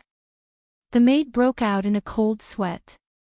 In a moment of desperation, she didn't care whether what she said was true or false or whether her logic was logical. Right now, she only wanted to try her best to clear her name. She didn't know if De Wangfei would protect her. Zhou Meng was even more confused when he heard her speak incoherently. When she spoke, her eyes drifted. "You lowly servant girl, how dare you speak in front of this prince? You have guts." He dragged his last word and was extremely intimidating. The maidservant was so scared that she curled up on the ground and kowtowed. Her tears fell uncontrollably along with her cold sweat. She sobbed, I was following orders. I was following orders, shut up, you bitch. The first princess consort saw that this idiot wanted to expose her, so she rushed forward and kicked her hard. This kick hit the maidservant's heart from the back. She cried out in pain and fell to the ground. Wang Yi, don't listen to her nonsense. She clearly pushed Miss Rong's maidservant on purpose. Perhaps they have a grudge. Zhou Meng sneered when he heard this. He tapped his temple with his finger and said, Look at this king. What do you think this is? The first princess consort did not understand and looked confused. Wang Yi, this king's head is not an empty shell. She is just a maidservant. Even if she has a grudge, how could she have the guts to take revenge in front of her master? If she didn't have orders, she wouldn't dare. It seems that both of you don't want to tell the truth. He pointed at the second princess consort and said, You tell me. The second princess consort lamented in her heart. It would be fine if she could bring down the first princess consort. If she could not, wouldn't she anger this mad dog in the future if she told the truth now? Seeing that the second princess consort did not speak, Zhou Meng became angrier. When he was about to point at someone else, the third princess consort interrupted and said, Wang Yi, it's like this. Today, the first princess consort said that Wang Yi had taken a fancy to a girl and intended to make her the fifth princess consort. We were curious, so we came together to talk to fifth sister. Who knew that fifth sister had such a bad temper? She was disrespectful to the first princess consort and said those hurtful words. The first princess consort's maidservant couldn't stand it and wanted to teach her a lesson on behalf of her master. The maidservant wanted to teach her a lesson. Zhou Meng slowly swallowed the rest of his words under his glare. Is that so? Zhou Meng turned to ask Qin Yining. Qin Yining sneered and said, It seems that the commandery prince treats his wives and concubines well. In other words, the people here actually had the guts to deceive the commandery prince again and again. The first princess consort and the third princess consort looked up at Qin Yining in disbelief. What was vicious? This was vicious. He pushed them into the abyss with just one sentence. Zhou Meng was so ashamed that his face turned red. He originally wanted to please the beauty. When the beauty was wronged, he would descend from the sky like a god to uphold justice for her. He wanted her to be grateful and admire him. Who knew that these bitches would tear down his stage one by one? He had embarrassed himself all the way to his grandmother's house. Zhou Meng's face turned purple and turned into the color of an eggplant. A storm of rage was brewing in his eyes. In his fury, his voice was raised and he said, What? You dare to lie in front of this king? Do you think that this king doesn't have a place to ask you what you said and did today? This king asked you because he was giving you face. But you just don't want face. Fine. This king will grant you your wish. Zhou Meng shouted angrily, Guards. The guards outside the door answered and entered. They put down the long spears in their hands and knelt on one knee. Commandery Prince. Tell this king what happened here just now. The guards looked at each other. They were outside the hall. How would they know what exactly happened? The leader of the guards could only bite the bullet and say, Commandery Prince, we were outside and vaguely heard an argument. As we were too far away, we couldn't say what exactly happened. Zhou Meng was so angry that he almost fell backwards.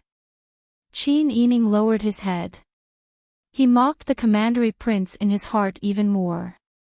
It seemed that this commandery prince was not only lustful, short-sighted and arrogant. He was also not very capable. If this happened in the prince's mansion, Peng Zhishi would probably scare people witless with just one look and they would confess everything. They would not be like this, walking with a whip. The more it was like this, the more Qin Yining missed Pang Xiao. Her mood, which was not affected by today's incident, gradually turned gloomy. She frowned impatiently. When Zhou Meng saw Qin Yining frowning, he thought that she was dissatisfied with his performance today. He immediately felt embarrassed. The tall and mighty image that he had built up might collapse overnight. In his fury, Zhou Meng only wanted to punish these fools who ruined his life. The second princess consort observed from the side. When she saw Zhou Meng's ferocious expression and how his face, neck, and ears were all red, she understood that if she did not stand up now, even she would be implicated by the first princess consort and the third princess consort. The second princess consort immediately pinched her thigh and forced tears out of her eyes. She sobbed as she came forward and said, Wang Yi, don't be angry. I'll tell you. I was just afraid that Wang Yi would be angry with my sisters. That's why I didn't dare to say anything. The first princess consort and the third princess consort turned around and glared at the second princess consort angrily. Say it. Zhou Meng said angrily. The second princess consort told him everything that happened just now. In the end, she knelt down and said, I'm useless. I was timid and didn't dare to say anything inappropriate to make the first princess consort and the third princess consort unhappy. But I really didn't want to see Wang Yi being deceived by others. Miss Zhao is gentle and not good at quarreling with others. She was bullied today and had no way to redress her grievances. That's why she said she wanted to leave the palace. In the end, she cleverly put Qin Yining on a pedestal.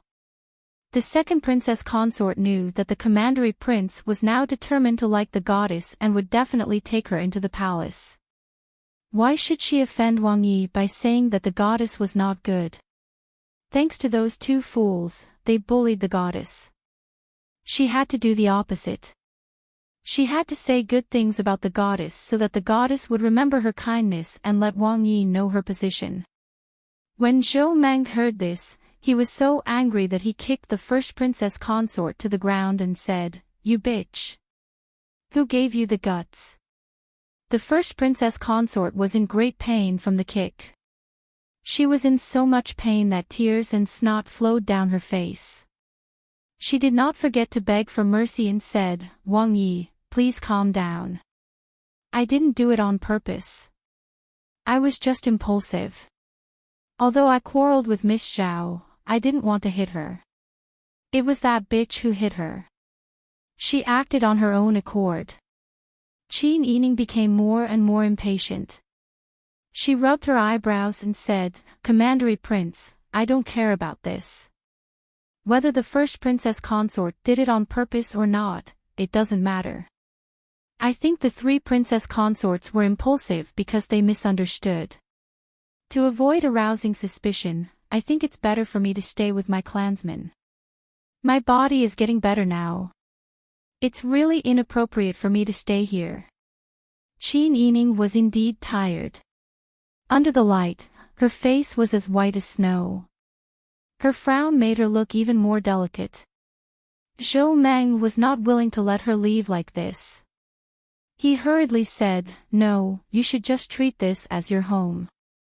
Didn't we agree on this earlier? Commandery Prince, this place is really not suitable for me to recuperate. Qin Yining wanted to leave, but Zhou Meng was determined not to agree. While the two were arguing, the first princess consort and the third princess consort who were kneeling on the ground were gritting their teeth in hatred. She was doing this to anger the commandery prince even more. In the end, the commandery prince's anger would be vented on them. The second princess consort looked at the trembling figures of the first princess consort and the third princess consort and could not help but secretly laugh. Qin Yining had already publicly expressed her disgust with the palace. Today's incident was indeed caused by the people in the palace. Zhou Meng thought, such a delicate beauty must have been frightened by this group of boorish and stupid women. If I force her to stay, I'm afraid I'll have to bear a grudge. Anyway, Xia is such a big place. It's surrounded by deserts. Even if she lives with her clansmen, she won't be able to escape. won't she have to move back after she gets married?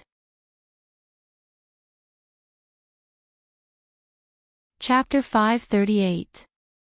Qin Yining did not expect that Zhou Meng would agree to her request. However, if she could leave the palace and go to the Minuo tribe, even if she would be closely monitored, she would feel more at ease. No matter what other plans Zhou Meng had, she would just take one step at a time. Qin Yining stood up and left.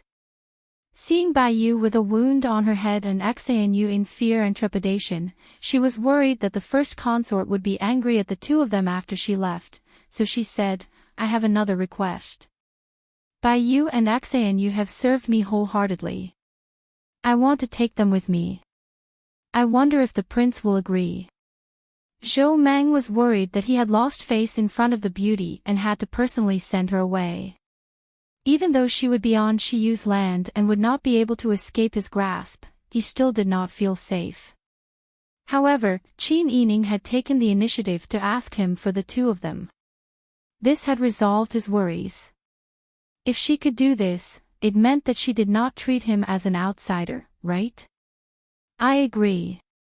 Miss Yi's request is not excessive. How can I not agree? Zhou Meng anxiously took 2 steps forward. How can 2 maidservants be enough to serve you? Can this king arrange a few more for you? Qin Yining bowed and said, "Thank you, Prince, for your kindness. I originally had maidservants, but the 2 of them met my eyes, so I took the liberty to make this request. Together with the people who serve me, that's enough." She had a slender figure. During Dian, she had learned etiquette from the palace's nannies. At this time, when she bowed gracefully, her appearance was completely different from any other woman Zhou Meng had seen in his life. It was indescribably pleasing to the eye. Even the 3 consorts at the side could not help but feel ashamed of their inferiority. They felt that compared to her, their actions were too vulgar. Zhou Meng felt at a loss for a moment. When he frantically reached out to support her, Qin Yining had already stood up and left. Zhou Meng was very regretful that he did not touch her. However, for the sake of his face, he could only pretend that he did not care. He turned and ordered, "None of you are allowed to leave. Just kneel here and wait for this king to come back and ask you questions." He then pointed at Bai Yu, Xanu, and Imperial Physician Wang and said, "Follow this king." The 2 maidservants and the Imperial Physician immediately bowed and followed. The 3 princesses fell to the ground in despair. They had originally thought that it would be fine if they left. After all, they had served the regional king for so many years. Now that the regional king had lost his temper, he would probably let this matter go. However, who would have thought that this was not the end? The Duke had already made up his mind to deal with this matter. At this moment, the first Wang Fei was filled with regret. If she had been gentler in her methods, she would not have angered the Jun Wang. Perhaps she could have slowly found a chance to deal with that vixen in the future. Now, not only had her secret been exposed and the regional king hated her, even that vixen had left the palace and escaped her control. Once she was outside the palace, it would be harder than ascending to the heavens for her to deal with her. Moreover, from what she heard just now, that vixen wanted to live with her clansmen. Not only the first consort, but the other 2 concubines were also secretly complaining about the first consort's foolishness. At this time, Qin Yining had already put on a cotton cloak and a warm hat, and left the palace in a carriage. Under the night sky, the palace appeared simple and grand. From the outside, this castle structure was actually made of wood and mud. Presumably, there weren't enough conditions to build a more outstanding palace here. Walking straight out of the palace gates, there was a large public square. There was a high platform in the middle of the public square. It looked like it was used for some kind of ceremony. Passing through the public square, there was a wide street with rows upon rows of houses on both sides. As the carriage moved forward, Zhou Meng, who was sitting beside Qin Yining, started to introduce the scenery along the way to Qin Yining. Qin Yining seriously noted it down and responded at appropriate times. This made Zhou Meng very happy. Along the way, Qin Yining observed carefully and found that the city on this oasis had already begun to take shape. The tallest building, other than the palace just now, was a 3-story building. The streets were all dirt roads, and the buildings were all made of wood or mud. Right now, the sky was already dark, but there were still people coming and going on the streets. It seemed that there was no curfew here. The clothes worn by the common people were all embroidered with unique totems, and the styles were all similar. When they saw their carriage coming, some of the common people stopped to greet them. Zhou Meng was very proud of this, and there was a hint of pride in his words. Without any hindrance, they came to a place in the southeast of the town. Compared to what they had seen earlier, this place was already very remote. Although there was still no desert in sight, and this place looked like a normal town next to a river, in fact, it would take less than 2 hours on horseback to see the edge of the oasis.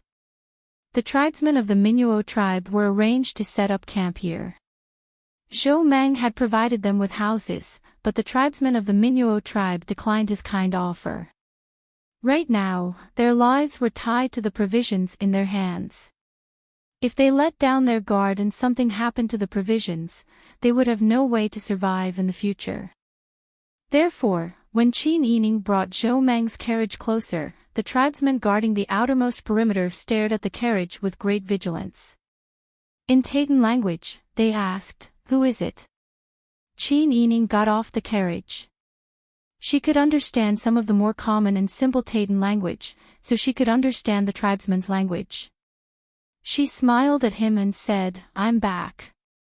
Seeing Qin Yining, the tribesmen guarding the gate were overjoyed. Some went in to report the news, while others curiously observed Zhou Meng, who was beside Qin Yining. Zhou Meng put on an arrogant attitude and said, "You are very good at restraining your tribesmen. They all listen to you very well." Qin Yining said, "These were all done by the tribesmen, and I didn't restrain them. It's getting late, County King, please go back and rest. You still have many important things to do." Zhou Meng was actually very reluctant to leave, but since he had already brought her here, it would not look good if he stayed. Fortunately, they were surrounded by desert, and if she left the oasis, she would not be able to survive. She could not escape, and she still had a long way to go. Zhou Meng pretended to be generous and said, "Yes, this king still has things to do. You should rest here." He then turned around and instructed Imperial Physician Wang, "Remember this place. From now on, come here every day to check the goddess pulse. Do not slack off." "Yes." Imperial Physician Wang hurriedly bowed and agreed. At this time, Lu Heng, Uncle Arhan, and the others had already walked out. Seeing that Qin Yining was really sent back as the clansman said, everyone was both happy and worried. Zhou Meng's carriage gradually left, and Lu Heng could not wait to ask, "Are you okay? Did they bully you?" Qin Yining let out a long sigh and said, "Something did happen, but I'm fine." He turned around and introduced Biyu and Xianyu to Lu Heng, and told him about their situation. Finally, he said, "I didn't expect Biyu to hit her head because of me." Chapter 539. Qin Yining nodded but didn't answer immediately. Instead, he said, "First, ask the tribe members to arrange for them to rest. Biyu is injured, so ask someone to cook some porridge for her and take good care of her." Lu Heng knew what to do. He called 2 female tribe members to send Biyu and Sinyu to rest. When there were no outsiders around, Lu Heng said, "Are you worried that they are spies?" Qin Yining smiled and said, "Although I am not familiar with them, Biyu was injured because of me, so I will take care of her as much as I can. However, we cannot let our guard down. The provisions in our hands are too conspicuous here. I am worried that if Duke Xia becomes anxious and the 2 sides fight, it will cause unnecessary losses. You are right. Lu Heng accompanied Qin Yining to walk around the camp and check the surroundings. Qin Yining crossed his arms. The cold night wind blew against his face, causing him to squint slightly.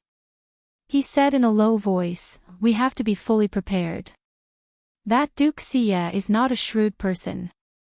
This kind of person can often do more unexpected and absurd things. The thing you are talking about, it is precisely because we cannot predict what he is thinking with our rationality that we have to be more vigilant." Lu Heng said, "Now that we have rested in the oasis for a while, the tribe members are in much better condition." The Minuo tribe had always been a warlike tribe, and Gong Maxian knew many of them. After Anajai's persecution, they all had a strong will in their hearts. Even the women had a fearless will to fight.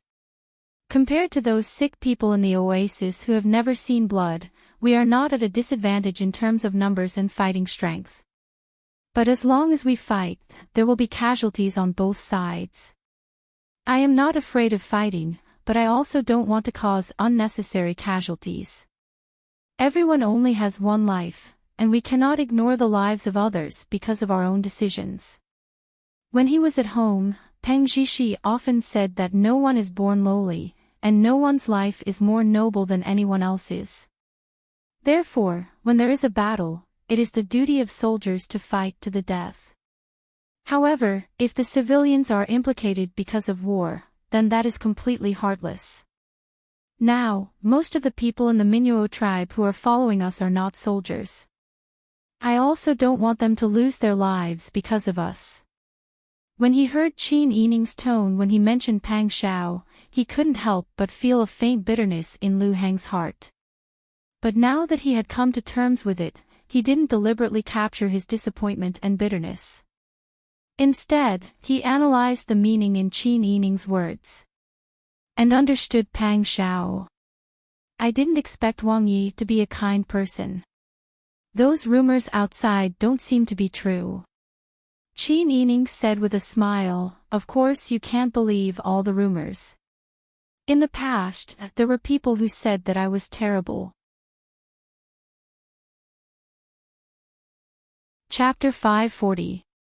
Qin Yining was as calm as usual.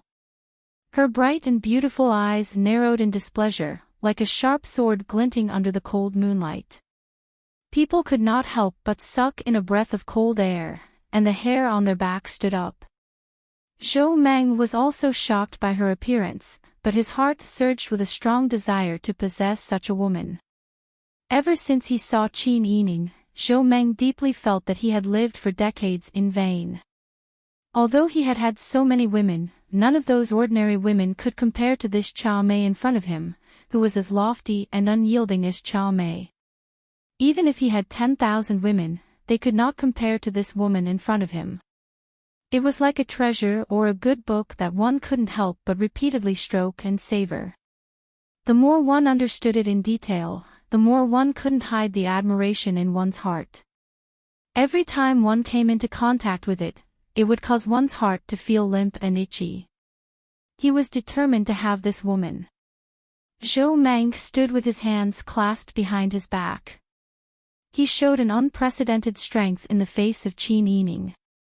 The banquet is about to begin. Miss Qin, you should go with this king immediately.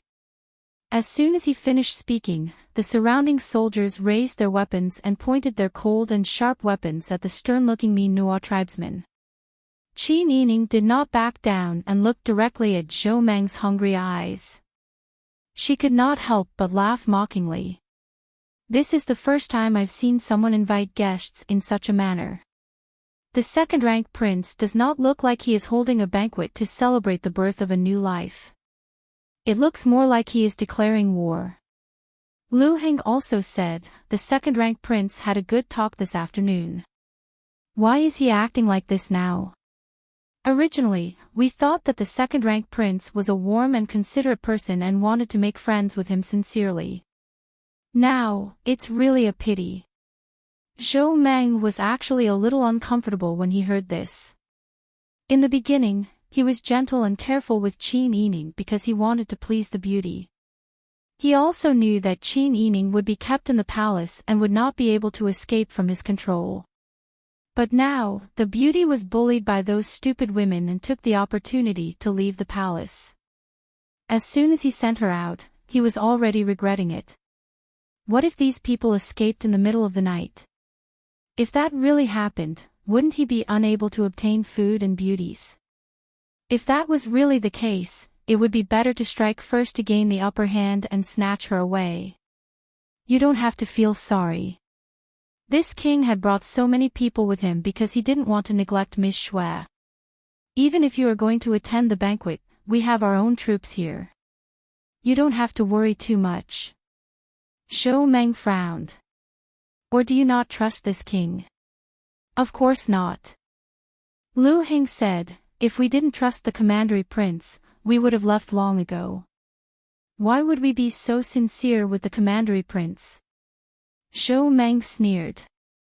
He wanted to see if these people could walk out of the no man's land alive. He didn't believe that these people would be able to walk out of the desert that they, the Sunset Moon people, had been exploring for 100 years and still couldn't walk out of it. When Qin Yining saw Zhou Meng's expression, combined with his attitude when he led his troops to besiege the Minyuo tribe, he already had a rough idea of what Zhou Meng was thinking. Things were really developing in the direction she didn't want to see the most. It was her mistake that had actually aroused this lecher's desire to plunder. Seeing Qin Yining's frown and worried expression, Lu Heng was worried and even more unwilling to let her go to the banquet. But before he could say anything, Qin Yining spoke first. Didn't you say there was a banquet? Let's go. As he spoke, he called Uncle Archon, Su Rina, and Wulan out. I can bring my attendants and maids to the banquet, right? A little girl was forced to attend the banquet by him and his troops in public. If he didn't even allow her to bring a guard and 2 maids, Zhou Meng felt that he would lose face. Thus, he magnanimously said, of course you can. Miss Shui's request is not too much. His tone was so doting that it was as if Qin Yining was a peerless treasure. Regardless of how the others felt, Lu Heng, Archon, and the other Minyuo tribesmen who understood what Zhou Meng said all felt a chill run down their spines. Lu Heng put Qin Yining's hood on her head and said in a low voice, you must be careful. He really wanted to go with her, but if he went, the Minyuo tribe would become a pile of loose sand with no one to command them. If something really happened, there wouldn't even be a person to take charge. Qin Yining smiled and said, don't worry, it'll be fine. I'll make sure to ensure my safety. Even so, who doesn't know about your stubbornness? Lu Heng sighed. She was so stubborn that she didn't even care about her own life. She was so tough, yet so pitiful. Qin Yining smiled comfortingly, then called Archon, Su Rina, and Wulan, and walked towards Zhou Meng together. The CS soldiers surrounding the Minyuo tribe retreated one after another, and Moses parted the sea to open a path for Qin Yining. Zhou Meng looked at Qin Yining with a deep gaze, and the burning anticipation in his eyes could hardly be concealed. He cleared his throat and said in a hoarse voice, let's go. Qin Yining nodded and followed him. After the group left, the Xia army didn't retreat, but closed the encirclement. Harbala said in a low voice worriedly, what should we do? They're obviously going to force Chief Qin. Lu Heng said, if we can't outsmart them, then we can only fight them head-on. But she won't allow us to do that. Yesterday, she said that she won't let anyone in the tribe lose their lives for no reason. Harbala and Shigambra were very moved. The trials and tribulations they had gone through together had made them partners they could entrust their lives to. Qin Yining didn't abandon them at the critical moment, and even conquered the desert with them. Now, for their safety, he was feigning civility with that old man. They were both touched and guilty. Just as Lu Heng and the Minyuo tribe were worried, Qin Yining's carriage arrived at the square outside the palace gate under the escort of Zhou Meng's soldiers. Qin Yining looked out through the gap in the curtain of the carriage and saw many Xia people gathered in the square. Men, women, old, and young were chatting happily, craning their necks to look at the line of defense. When they saw Zhou Meng sitting on a horse, everyone knelt down and saluted, shouting, "Long live the prince! Long live the prince!" Zhou Meng was very proud. In Xia, he was the overlord, and nothing could escape his control. He would definitely get what he wanted. Zhou Meng looked at Qin Yining's carriage with confidence. The carriage slowly stopped in front of the palace gate. Su Rina and Wu Lan came forward to help Qin Yining off the carriage, while Uncle Archon stood beside the carriage with a solemn face, keeping watch of the surroundings. As soon as Qin Yining got off the carriage, Zhou Meng immediately dismounted and walked over quickly. He said to the people behind him, "This is the legendary goddess of Xia, the goddess who brought us food and hope." Although it was night, the lights outside the palace gate were as bright as day. The people saw the graceful woman in a red cloak. Although half of her face was covered by the hood, her temperament couldn't be hidden. Everyone knew that the goddess had brought food to Xia. Now that they heard the prince say it, everyone was overjoyed and shouted, "Long live the goddess! Long live the goddess!" The tide-like cheers were even louder and more intense than when they saluted Zhou Meng. It was obvious how much the people of Xia respected the goddess of Xia, and how much they longed for food. Such a scene made Uncle Argon's forehead break out in cold sweat. Su Rina and Wu Lan's faces turned pale from fright. Qin Yining hesitated for a moment, but she still took off the hood. Back in Dian, she had refused to become a member of the Yuqi Yen imperial harem. The Yuqi Yen had angrily conferred her the title of Xuanzu Daoist master and brought 100 Daoist nuns to cultivate in the imperial family side courtyard. She had also given herself the title of Saintess who protects the fate of the nation, to escape the persecution of the incompetent emperor and the demon empress. The people of Dian had once rushed into the Xuanzu temple that was rebuilt in the imperial family side courtyard. The scene back then was much bigger than this. Therefore, Qin Yining didn't have any stage fright. At this moment, she seemed to have a mysterious and noble aura. Even the way she walked and her posture were different from usual. She raised her chin slightly and said coldly and gently, "The goddess will bestow prosperity and peace to the people of Xia. May there be no more hunger in Xia's land." The people were stunned for a moment, then they knelt down and cheered wildly. "Long live the goddess! Long live Xia! Long live the Duke!" She suddenly acted like this, which shocked Uncle Arhan, Su Rina, and Wu Lan who were familiar with her. Zhou Meng looked at her back and felt a complicated feeling in his heart. Perhaps he had been bewitched by her beauty, which was why he had always thought of her as a beautiful woman who had to be possessed. But now, he saw that she wasn't timid in front of so many people. She actually acted like a goddess and said something that hit the nail on the head. She had won the respect and prestige of the people. This made Zhou Meng feel very unreconciled. He was the master of this land. Why did he feel that the people respected the goddess who brought food more now? Zhou Meng pursed his lips and called for Qin Yining. The group of people headed to the main hall. The people were still cheering like waves. In the main hall, in addition to a table in the middle, there were also tables and cushions placed on both sides. More than 10 officials and their families were kneeling on both sides to welcome the arrival of the Duke. Qin Yining was arranged to sit at a table next to Duke Xia. Uncle Arhan and 2 maids stood behind Qin Yining. What caught Qin Yining's attention the most was that there were more than 20 guards next to Zhou Meng. They faintly surrounded her and Zhou Meng in a semicircle. The banquet began as the officials curiously sized up Qin Yining.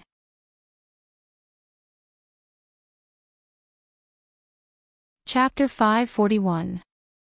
After being repeatedly rejected, Zhou Meng was very dissatisfied. The officials who were familiar with Zhou Meng had already noticed that their king was on the verge of losing his temper. Zhou Meng had always been a man of his word in Xia, especially when it came to women. None of the women in Xia would resist becoming his woman. However, Qin Yining had repeatedly made him suffer, which made him very angry. The originally gentle little Yi had also lost her patience because she had failed to coax Qin Yining. At this moment, Zhou Meng was once again the domineering one who gave orders. Since you don't want to drink wine, then don't. However, this king has invited you to tonight's banquet because he has something to tell you in front of all the officials. As soon as Zhou Meng finished speaking, the hall fell silent. The officials' family members tactfully retreated, leaving only Zhou Meng and a dozen other officials in the hall, as well as Qin Yining and the 3 people she had brought with her.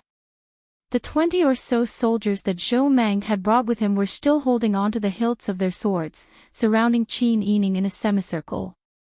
There were even signs that they were about to attack.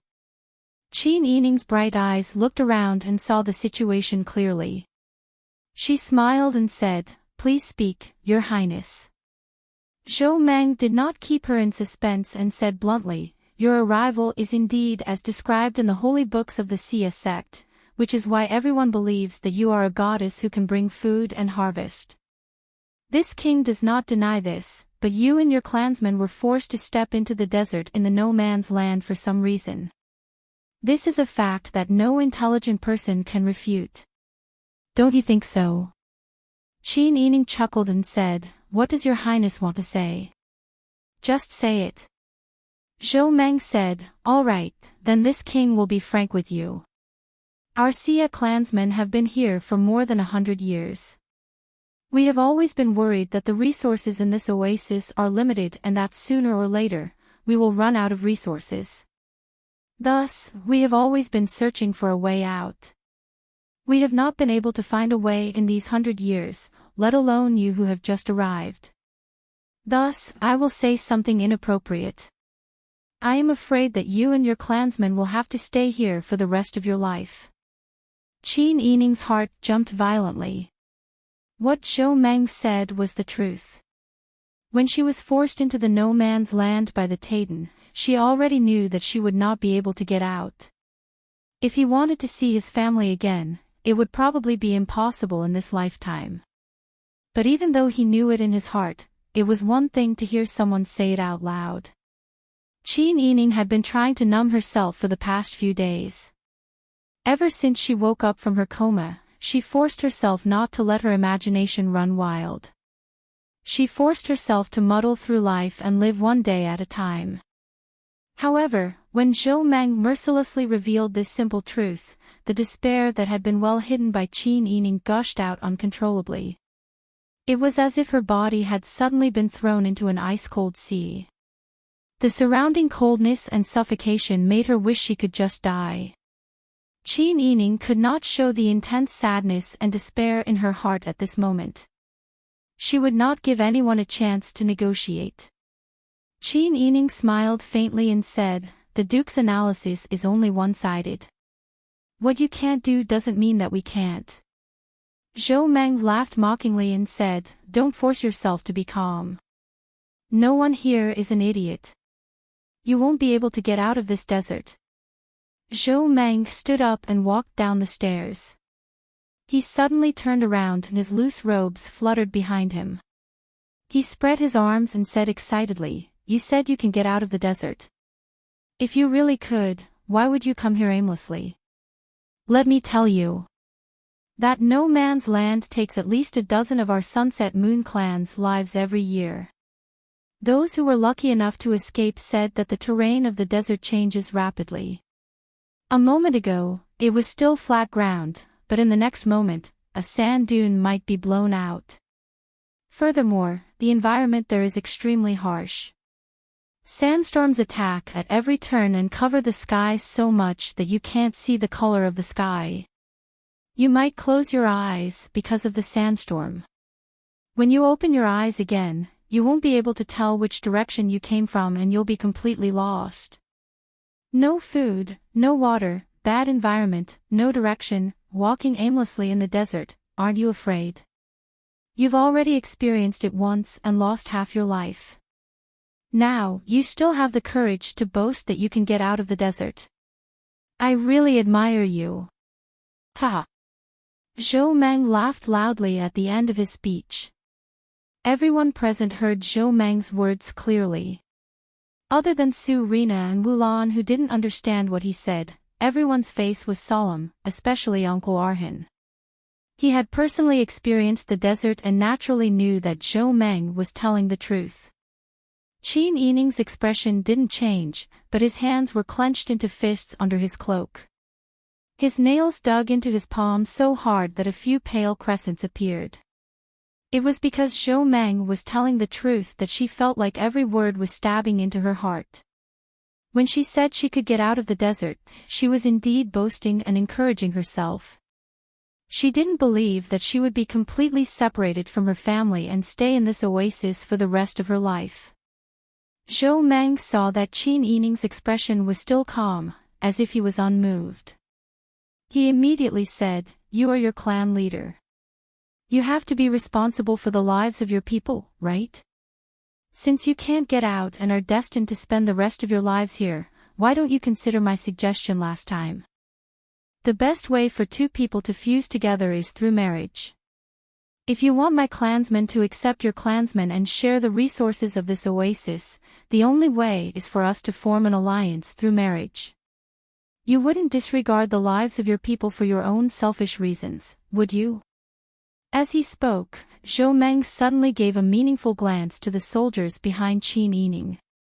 The 20 or so soldiers immediately drew their shiny swords and prepared to attack.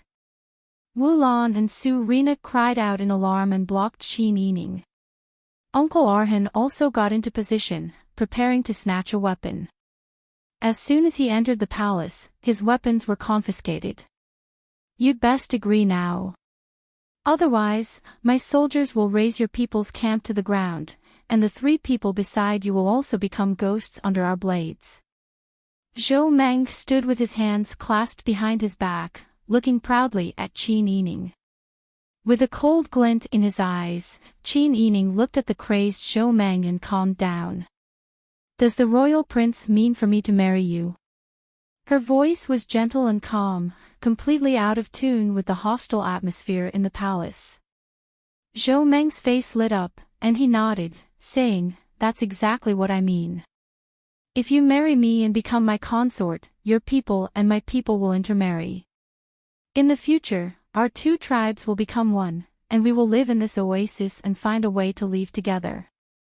This way, we won't have to be wary of each other, and we can share all the resources. Even if we can't leave this place, the seeds you brought will be enough for us to farm here and be self-sufficient.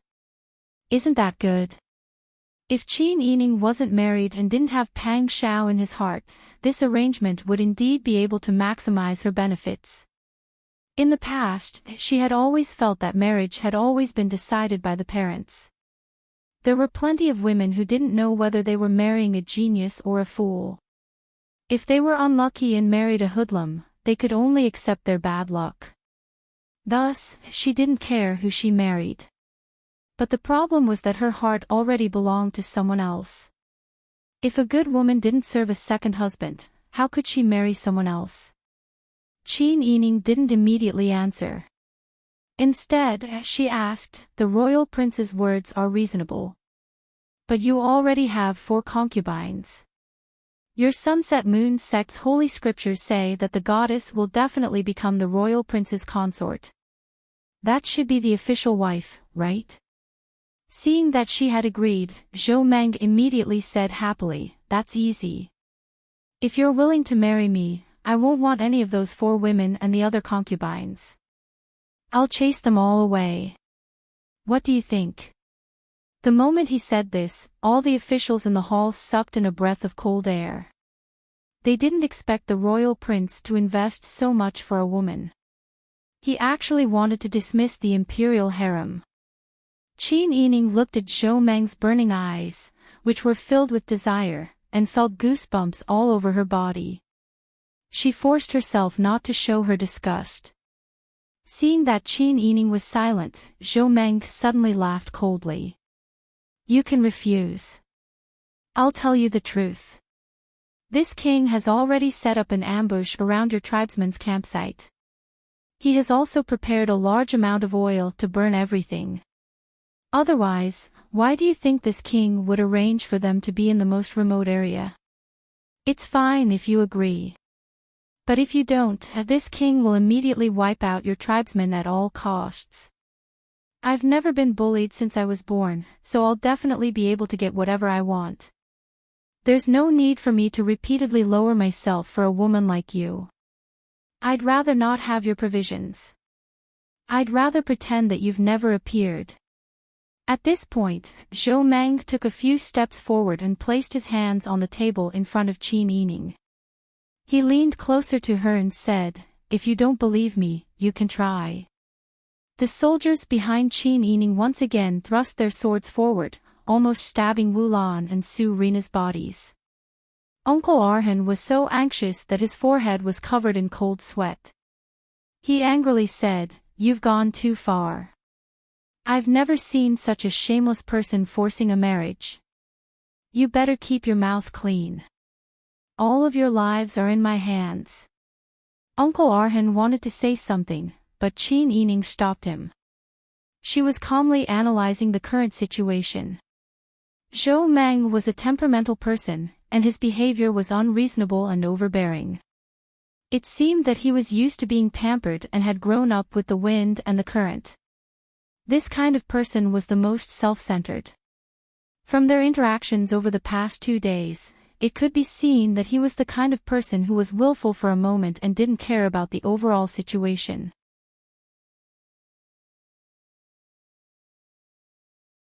Chapter 542.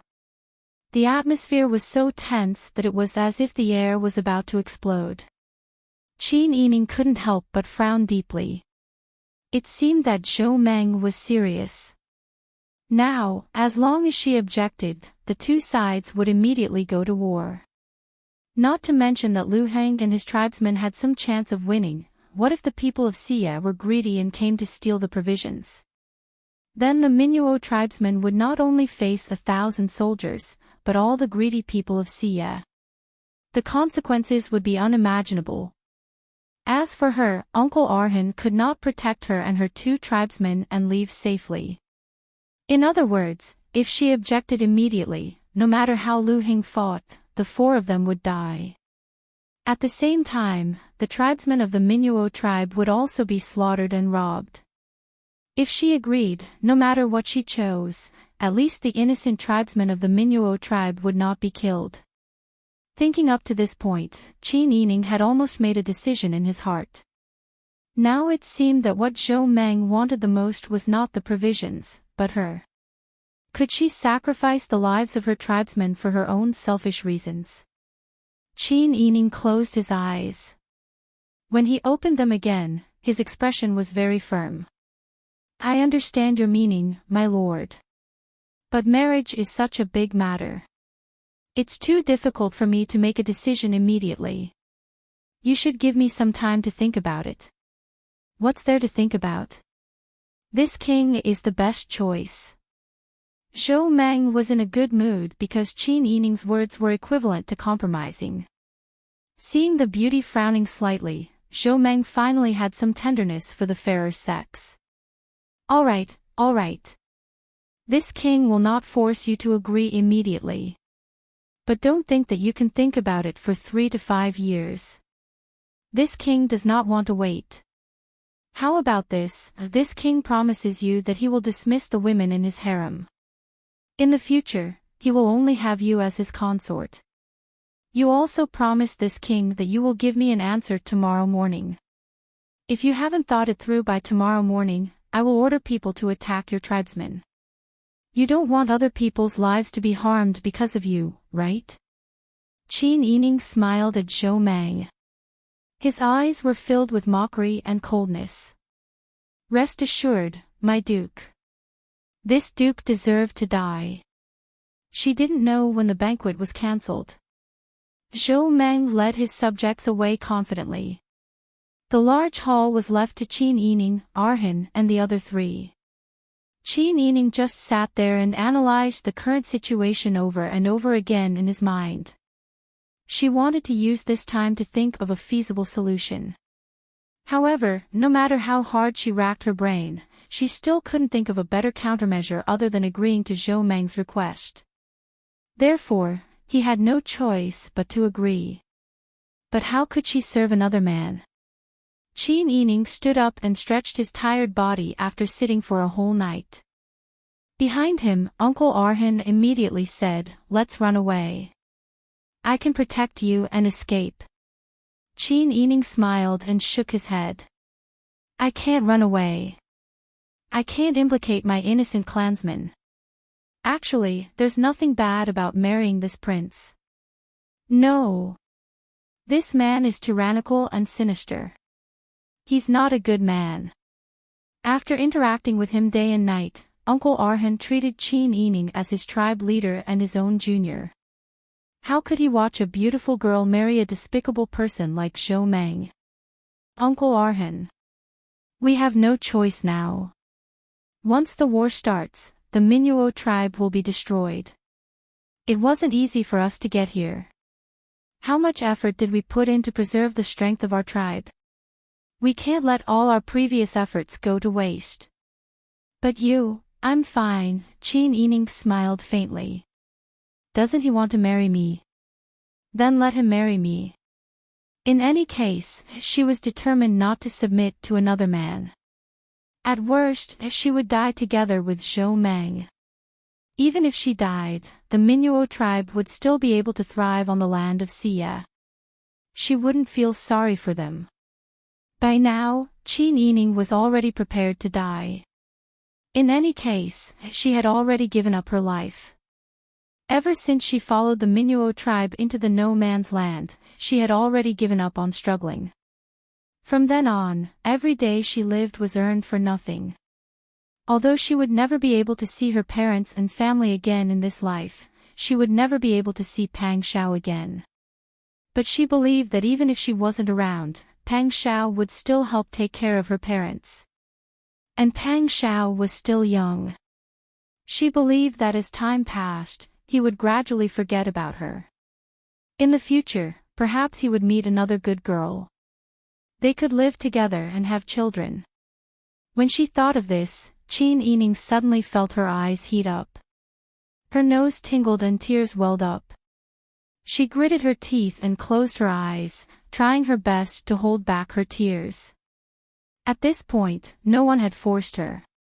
She had walked to this step on her own. She didn't blame anyone, and she didn't regret it. It was enough for her to have the fate of being husband and wife with Pang Xiao. At least her life had never been ordinary. She had not lived in vain since she had come to this world. She had not let down her conscience since the beginning. Uncle Arhan looked at Qin Yining's stubborn back and clenched his fists so tightly that his fingers were about to break. In fact, no one was a fool.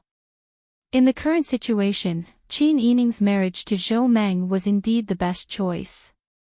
But how could he not be moved when he saw this righteous girl sacrifice herself for the Minuo tribe? "If I had known this would happen, I would have forced your aunt to take you away." Uncle Arhan thought of the girl who was as beautiful as Qin Yining but had amazing skills. He sighed and said, "Why didn't we listen to you back then?" Since Qin Yining had already made up her mind, no matter how much pain she felt in her heart, she wouldn't waver or regret it. Seeing Uncle Arhan blaming himself, she comforted him, "Uncle, don't think too much. Everything I did was carefully thought out. This is my choice. It has nothing to do with anyone else." Uncle Arhan's lips were tightly pursed. The more indifferent Qin Yining was, the more his heart ached. At this moment, the wooden door of the main hall was pushed open from the outside with a creak. Zhou Meng walked in with his people. He raised his chin arrogantly and said, "So, have you thought it through?" Qin Yining nodded and said with a smile, "Yes, but the prince has to guarantee that you will marry me officially." You also have to guarantee that my people will be treated the same as Siya's people in the future. There can't be any difference. Moreover, my people have their own tribe leader. Everything still has to listen to the tribe leader's orders, and not completely submit to Siya. We are just friendly neighbors. Hearing that Qin Yining was still fighting for the best interests of the Minuo tribe at this time, Uncle Arhan's eyes turned red and he almost cried. Zhou Meng frowned and pondered for a moment. Then, as if he had figured something out, he said with a smile, "All right, we'll do as you say. Then, we'll hold our wedding this afternoon. During the wedding, I'll announce all these things you've proposed. After we consummate our marriage, your people can live the way you want them to."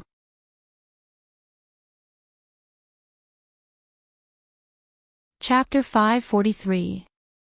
The joy in Zhou Meng's heart was indescribable. He used all of his willpower to control the urge to rush towards Qin Yining and take her for himself. No rush, no rush. She was his tonight. Quickly tell the first consort, second consort, third consort, and fourth consort to get out. Now that Zhou Meng had achieved his goal, he began to do his best to please the beauty. As he ordered the attendants behind him, he looked affectionately at Qin Yining. In the future, this king will only have Miss Qin as his consort. This king does not want any other women. Qin Yining sneered inwardly. He could easily abandon the women who had lived with him for so many years and had given birth to his children. Especially fourth consort. She had just given birth to a little princess for him and was in confinement. Now, she was about to be chased out. It could be seen that Zhou Meng's women were also a group of pitiful people. Wang Yi. Qin Yining lowered her head and said shyly, "In the past, I said that because I wanted to test if Wang Yi was sincere to me. Now, it seems that Wang Yi is truly devoted to me. Actually, I don't dislike interacting with other sisters. Wang Yi, please don't chase them out. Otherwise, I will be alone in the palace in the future and won't have anyone to talk to." When Zhou Meng heard this, he was stunned at first. Then, he smiled. The gaze he looked at Qin Yining became especially gentle. Miss Qin is indeed knowledgeable and sensible. You can see the big picture. However, since this king has promised you, how can he go back on his word? He said that he would dismiss the harem for you, so he will do so. As he said this, he waved his hand. The attendants immediately accepted the order and were about to leave. Qin Yining hurriedly said, "Wang Yi, please don't do this. Since I agreed to marry Wang Yi, it means that I have accepted everything about Wang Yi, including Wang Ye's family. They are all women who have given birth to Wang Ye's children and have contributed greatly. If Wang Ye's clansmen knew about this, they might not understand Wang Ye's infatuation and criticize Wang Yi behind his back. Then, wouldn't I become the person who caused Wang Yi to bear infamy like Daji and Bao Si? Wang Yi, please take back your order." Qin Yining as she said this and then curtsied. How could Zhou Meng bear to let her? He hurriedly went forward to support her with both hands. Qin Yining shyly avoided his hands. She lowered her head and shyly took a step back. "Wang Yi, can you agree to my request?" Zhou Meng lowered his head to look at Qin Yining's jet-black hair. The fondness in his heart deepened. He held back his laughter and reluctantly said, "All right, this king will agree to your request. However, this king still doesn't know your maiden name. You are going to marry this king. You can't possibly wait until the bridal chamber to tell me, right?" Qin Yining sweetly said, "Wang Yi, don't say that. My maiden name is Shao Shi. It's the same Shao Shi as the babbling brook. When she was young, her adoptive mother picked her up by the brook and named her Shao Shi. Now, she obviously didn't want to reveal her real name to others, so she casually said this name. Shao Shi. Shao Shi. Zhou Meng savored Qin Yining's name and immediately felt that this name was very suitable for her. As gentle as water, as beautiful as water. Your name is as beautiful and gentle as you. Qin Yining was so disgusted that she wanted to vomit. However, she still lowered her head shyly, not wanting Zhou Meng to see her emotions. While the two were talking, Uncle Arhan had already clenched his fists with a complicated expression. Several times, he wanted to rush up and kill Zhou Meng, this sex fiend. However, he was worried that if he killed Zhou Meng, he, Qin Yining, Su Rina, and Wu Lan would all be killed immediately. The tribesmen would also be robbed by the army and the Xia tribesmen. Qin Yining had sacrificed so much for the tribesmen of the Minuo tribe. Was he really going to destroy it because of his impulse? However, if he did nothing, Uncle Arhan really couldn't stand it anymore. How could he let such a pure and good girl like Qin Yining serve such a bastard? At this time, a maid came in with a brand new wedding dress and jewelry. Wang Yi, the maids are going to serve Miss Rong and dress her up. Wang Yi, please go and get ready. Seeing that it was getting late, the ceremony had already begun. Zhou Meng was in a very good mood because he was about to marry the beauty, so he was very tolerant of the maids. He immediately nodded with a smile and went to get dressed. Qin Yining gave Uncle Arhan a look, then said to the maid who came in with the clothes, "You can all leave. I have people here to serve me." "Yes." The maid didn't dare to refute and immediately bowed and left. When there was no one else in the hall, Qin Yining quickly said to Uncle Arhan, "When the ceremony starts, immediately take Su Rina and Wu Lan away quietly and go back to the tribesmen." Uncle Arhan said anxiously, "What about you?" He was too anxious, so his voice was a bit loud. Qin Yining hurriedly put her slender index finger to her lips, then said in a low voice, "From now on, you have to advance and retreat together with Lu Heng and think of a way to protect the tribesmen. You don't have to worry about me." "You." Uncle Arhan wasn't stupid. When he saw Qin Yining's expression, he had already guessed her intentions. He immediately shook his head and said, "No, you can't do this. Right now, we have no other choice." Qin Yining said calmly, "When I do things, I always think about the smallest sacrifice and the biggest gain. Listen to me and don't make it difficult for me." Seeing Qin Yining's resolute expression, Uncle Arhan wanted to persuade her, but he couldn't say it. Because he knew that Qin Yining was right. Right now, there really was no better way to solve the current situation.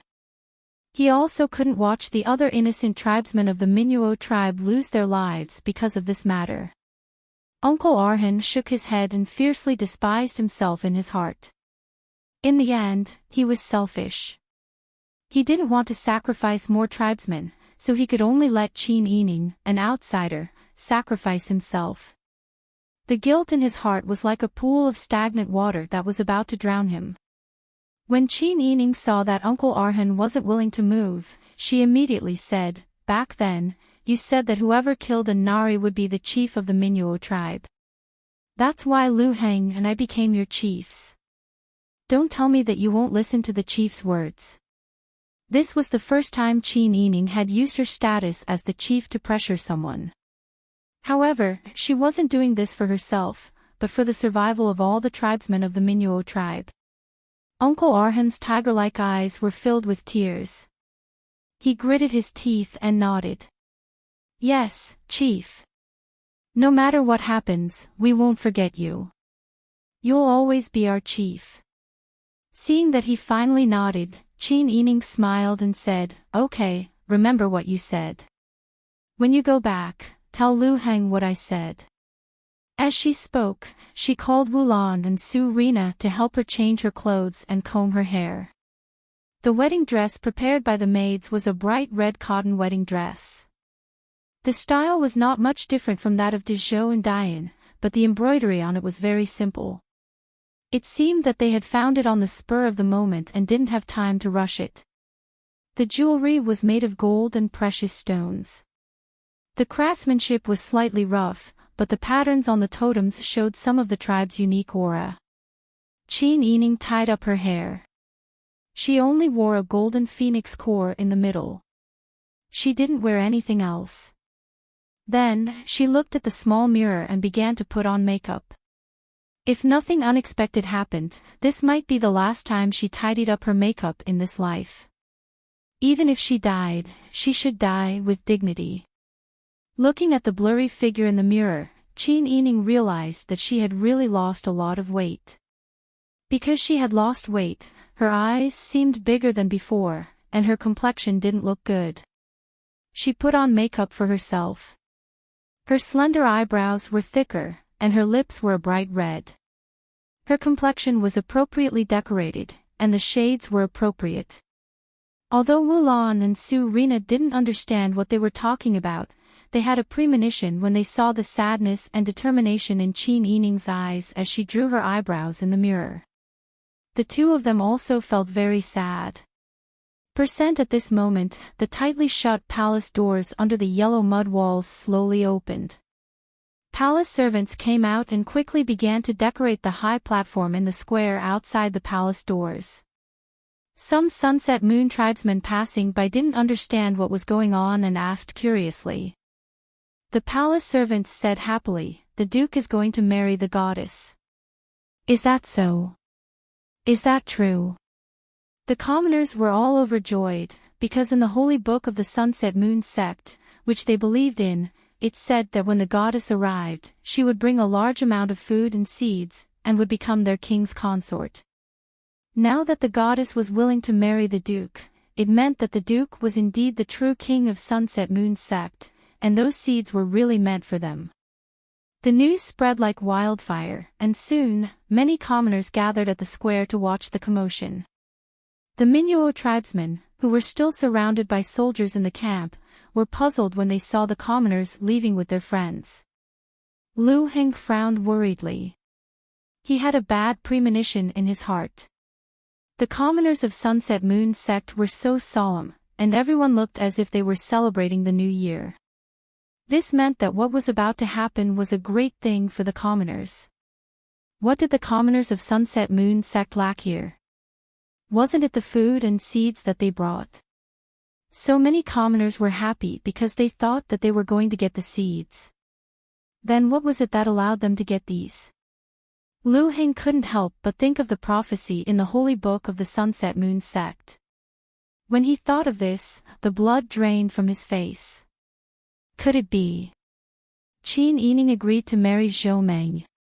With this thought, Lu Heng quickly analyzed the current situation and Zhou Meng's character. He immediately guessed that Zhou Meng must be using the Minuo tribe as a threat. Qin Yining was smart and kind. She definitely wouldn't cause the deaths of others for her own selfish reasons. Therefore, Qin Yining agreed for the survival of the Minuo tribe. Could it be that this group of people were going to participate in some kind of ceremony?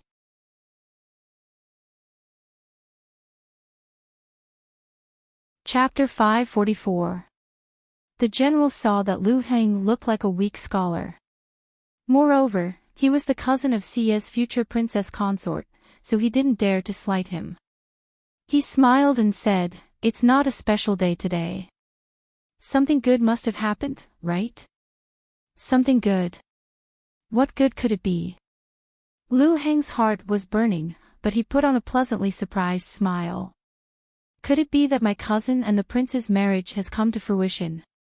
The soldiers looked at each other when they heard this. Looking at this person's happy expression, he probably also hoped that his cousin would marry the prince, right?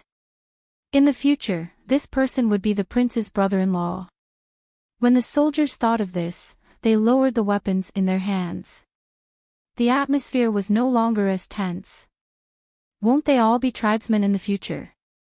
A soldier said with a smile. Lu Heng also nodded happily, that's right, that's right. Everyone, please go and take a look. If my cousin and the prince's marriage really comes to fruition, I'll have to prepare a dowry. Dowry?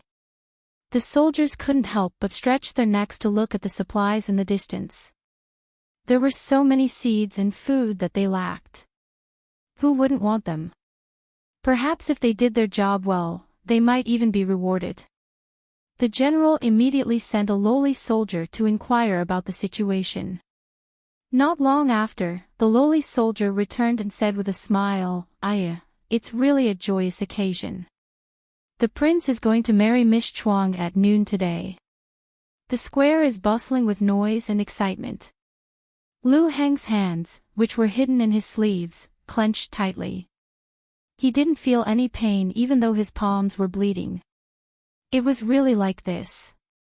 Qin Yining had sacrificed himself for the Minuo tribe.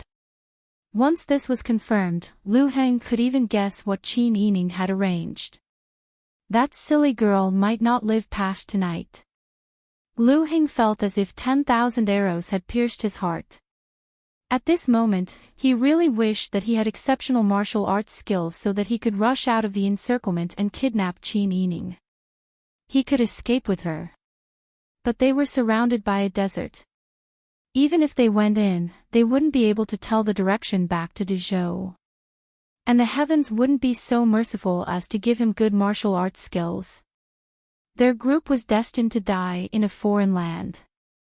However, Qin Yining chose to sacrifice himself in the most desperate way to protect his people. Lu Heng felt an intense pain in his chest.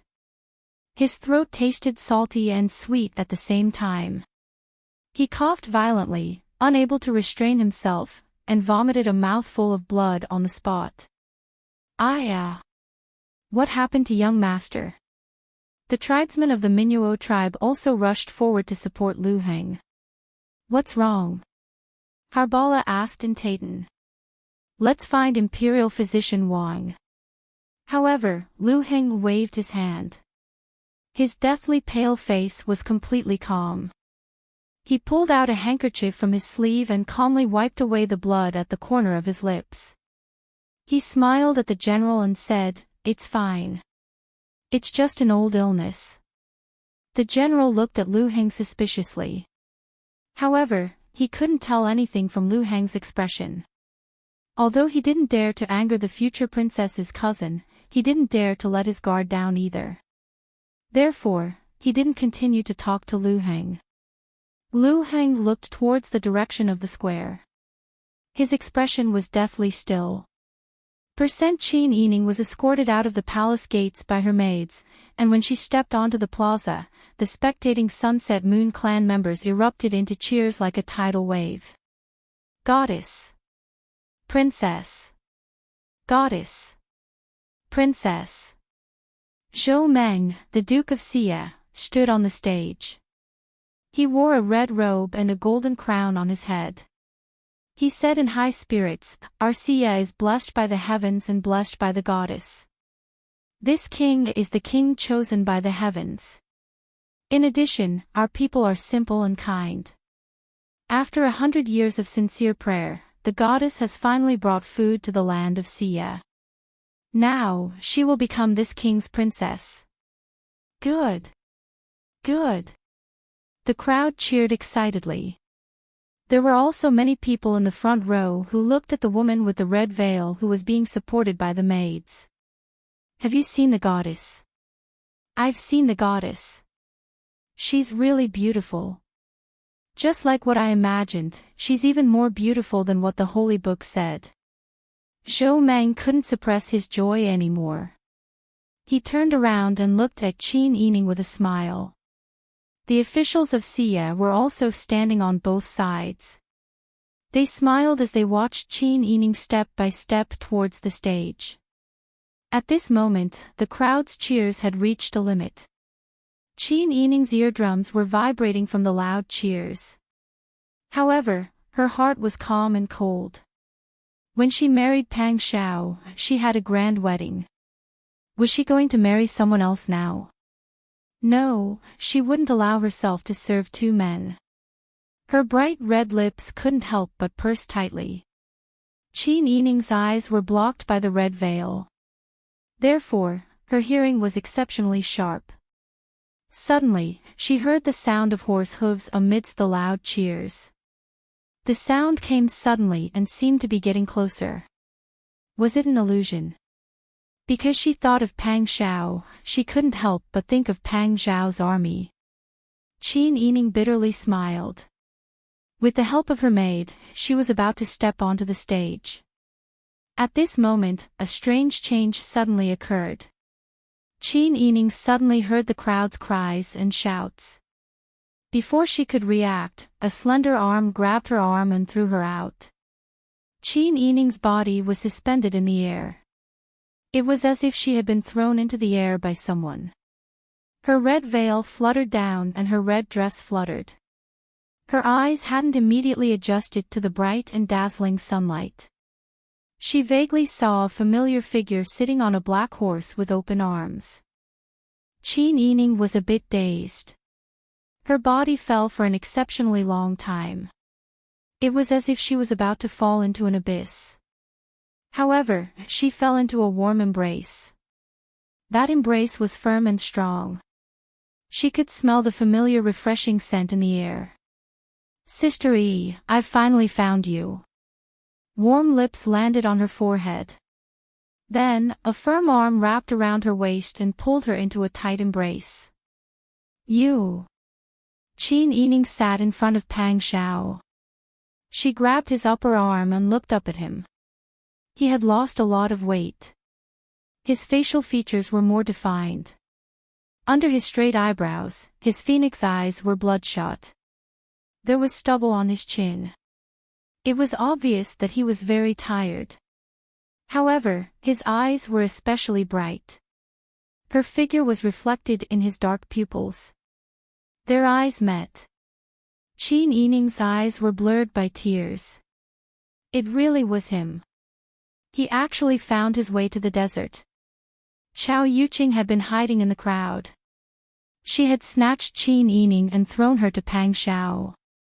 At this moment, she had already drawn her soft sword. She led Liao Zhibing and Jinghu Wei towards Zhou Meng and his ministers. Zhou Meng was born in the land of Shiyu.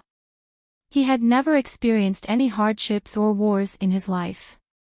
He had never seen such a fierce cavalry. These people were like fierce tigers coming down from the mountains. They waved their blades as they charged forward. They were like fierce beasts that chose people to eat. Zhou Meng was so scared that his liver and gallbladder were about to burst. He retreated in a panic and fell off the stage. Fortunately, there were still many of his guards below the stage. They quickly reached out to catch him and pulled him back in a panic towards the open palace gates. Protect the royal prince, protect the royal prince. The guards who had never experienced a real battle pulled Zhou Meng and the ministers away in a panic. The people of Shiyu who were watching also scattered. They disappeared in a flash. Many people fell and were trampled. Many people even lost their shoes. Qiao Yuqing sat on her horse. She looked at the palace gates that were closed in a panic. Then she looked at the people of Shiyu who had scattered. She couldn't help but sneer and put away her soft sword. You still think that some hero wants to marry my sister Yi? You really are a piece of trash. That's right. If you want to have ideas about the princess consort, why don't you take a piss and look at your own reflection? A young man beside Qiao Yuqing pulled down the black veil covering his face and shook off the dust on it. It was Huzi. Qin Yining sat in front of Pang Xiao. He was still in a daze. Pang Xiao had come to save her. He had crossed the desert and the no-man's land to save her. Pang Xiao hugged her with one hand and kissed her on the forehead. His stubble rubbed against her skin and made her itch. Sister Yi, I'm here. Qin Yining gradually recovered. He leaned on her shoulder tiredly. He was like a tired traveler who had finally returned to the embrace of his family. He was also like a small animal that had been bullied and found its owner. Qin Yining slowly raised his hand and grabbed the clothes on Pang Xiao's shoulder. She buried her face in his chest and finally cried out. Pang Xiao held her tightly. He listened to her cry like a small animal. His eyes also turned red. He quickly buried his face in her shoulder and patted her back with his large hand. "All right, don't cry. It's my fault. I shouldn't have lost you. Don't cry. Look at how thin you are. You must have suffered a lot outside. It's all my fault." When there was no one to rely on, Qin Yining could be stronger than anyone else. Even in the face of death, he would not shrink back. Because she knew what she should do, when it came to which step she should take, even if she was walking into the abyss, she would make a rational choice and walk the path she should take. But now, this man was in front of her. She had a family and someone to rely on. She didn't have to bear everything alone. Qin Yining felt that the tight string in her heart was suddenly relaxed. The fatigue all over her body was like a sprout of the soil in the spring, which made her lose her strength all of a sudden. She could only hold his clothes tightly, bury herself in his arms, and cry out her grievances. It was as if all the suffering she had gone through in the past few days was for this embrace that she could cry without worry. The 50 or so men of Jinghu Wei were covered in dust and sand. Their lips were dry and cracked. But at this time, they were sitting on horses that had lost a lot of weight. They smiled as they watched their respected Wang Yi tightly hug the crying Wang Fei. Tears appeared in Hu Zi's eyes. He quickly used his sleeve to wipe them away. Chao Yuqing was also very gratified. She smiled and said to Liao Zhibing beside her, "Brother Liao, thank you so much this time. If not for your tracking goo, I don't know what to do."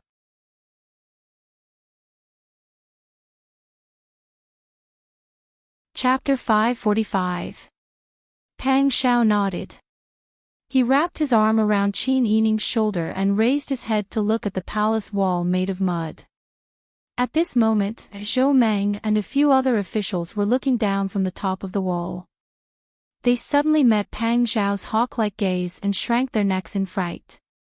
Pang Xiao sneered, "A bunch of scoundrels." Zhou Meng, who was on the wall, also felt that his actions were too embarrassing. He immediately straightened his expression and stood at the edge of the palace wall with his hands behind his back. He said in a deep voice, "Who are you? Why did you suddenly come to this king's territory and kidnap this king's fiancée?" The joy of reuniting with Qin Yining had not yet faded. Zhou Meng's words made Pang Xiao furious. Who could endure the hatred of having one's wife stolen? Pang Xiao was too lazy to talk nonsense with Zhou Meng.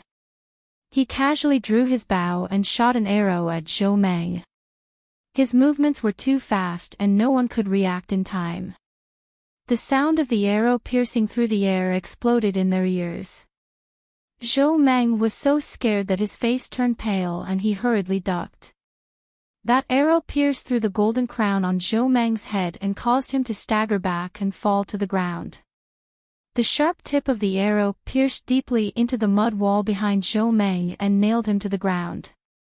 Royal Prince, are you all right?" The officials beside him were scared silly. They hurriedly rushed over to pull out the arrow and help him up. Zhou Meng was still in a daze. He reached out to touch the top of his head. His crown had been pierced through and many strands of hair on the top of his head had been cut off. Now, his hair was in a mess and many strands of hair had fallen down. Zhou Meng thought of the man's sharp eyes and the fierce arrow. If he had not dodged quickly, his head would have been blown off. A chill ran down his spine. Zhou Meng's legs trembled and he felt a wet and warm sensation in his pants. He actually peed. Pang Xiao was too lazy to pay attention to Zhou Meng. He did not kill him because he did not want to rashly break the balance and arouse the hatred of the people here. He lowered his head and kissed Qin Yining's forehead without hesitation. He said with a smile, "Sister Yi, is there a place where we can rest temporarily?" Qin Yining had stopped crying but she had a headache from crying too much. After being kissed by Pang Xiao in public, her face turned red. She coughed to cover her embarrassment. The Minuo tribe that came with me is located in a remote place in the southeast. However, in order to control the Minuo tribe, Duke Shiyu sent some soldiers outside. From what I heard from Duke Shiyu, it seems to be about 400 to 500 men. Of this level of strength of them, there is no need to be afraid of them. This is a paradise. They look like they have not seen outsiders for a long time and have not fought in a war. They will be afraid if we teach them a lesson. Qin Yining nodded. She looked around and saw Uncle Arhan, Su Rina, and Wulan. Your Highness, that's Uncle Arhan. He's the best speaker of the Great Zhou dialect in the Minuo tribe. It's all thanks to them that I've taken care of me all this time. When I fell unconscious in the desert, they didn't give up on me and brought me here for treatment. Pang Zhao's heart ached when he heard this. When he looked at Uncle Arhan and the others again, he was full of gratitude. He patted Qin Yining's shoulder and dismounted. He walked quickly to Uncle Arhan and bowed deeply. Uncle Arhan, thank you for saving my wife. Uncle Arhan had sighed in his heart when Qin Yining buried her head in Pang Zhao's arms and cried. It seems that Qin Yining's husband is here. Young Master Lu has no hope. But he was also very emotional.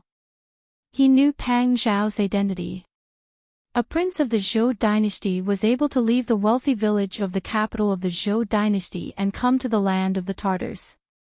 He even took the risk to cross the desert of the no man's land and find Xia, all for the sake of finding his wife. Uncle Arhan could not help but admire him for his fearlessness.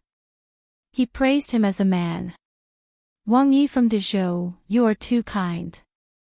Princess Consort and young Master Lu helped us kill that witch, Anari, and avenged our Minuo tribe. The two of them are now our Minuo tribe's patriarchs. Not only has she done a great favor for our Minuo tribe, she has also never abandoned us. What do we do for our patriarchs amount to? Even if the Taitan and Dezhou had always been at odds, the Minuo tribe was now listed as a traitor by Eugene Khan. The Taitan had destroyed their family, but the people of Dezhou protected their people from harm and followed them through fire and water. Uncle Arhan no longer cared about nationality. Qin Yining also dismounted. She held Chao Yuqing's arm and looked at Liao Zhibing with a smile. She already understood everything.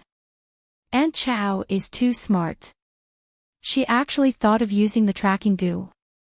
Chao Yuqing helplessly pushed Qin Yining's forehead. You silly girl, you are so stubborn. What can I do if you insist on staying?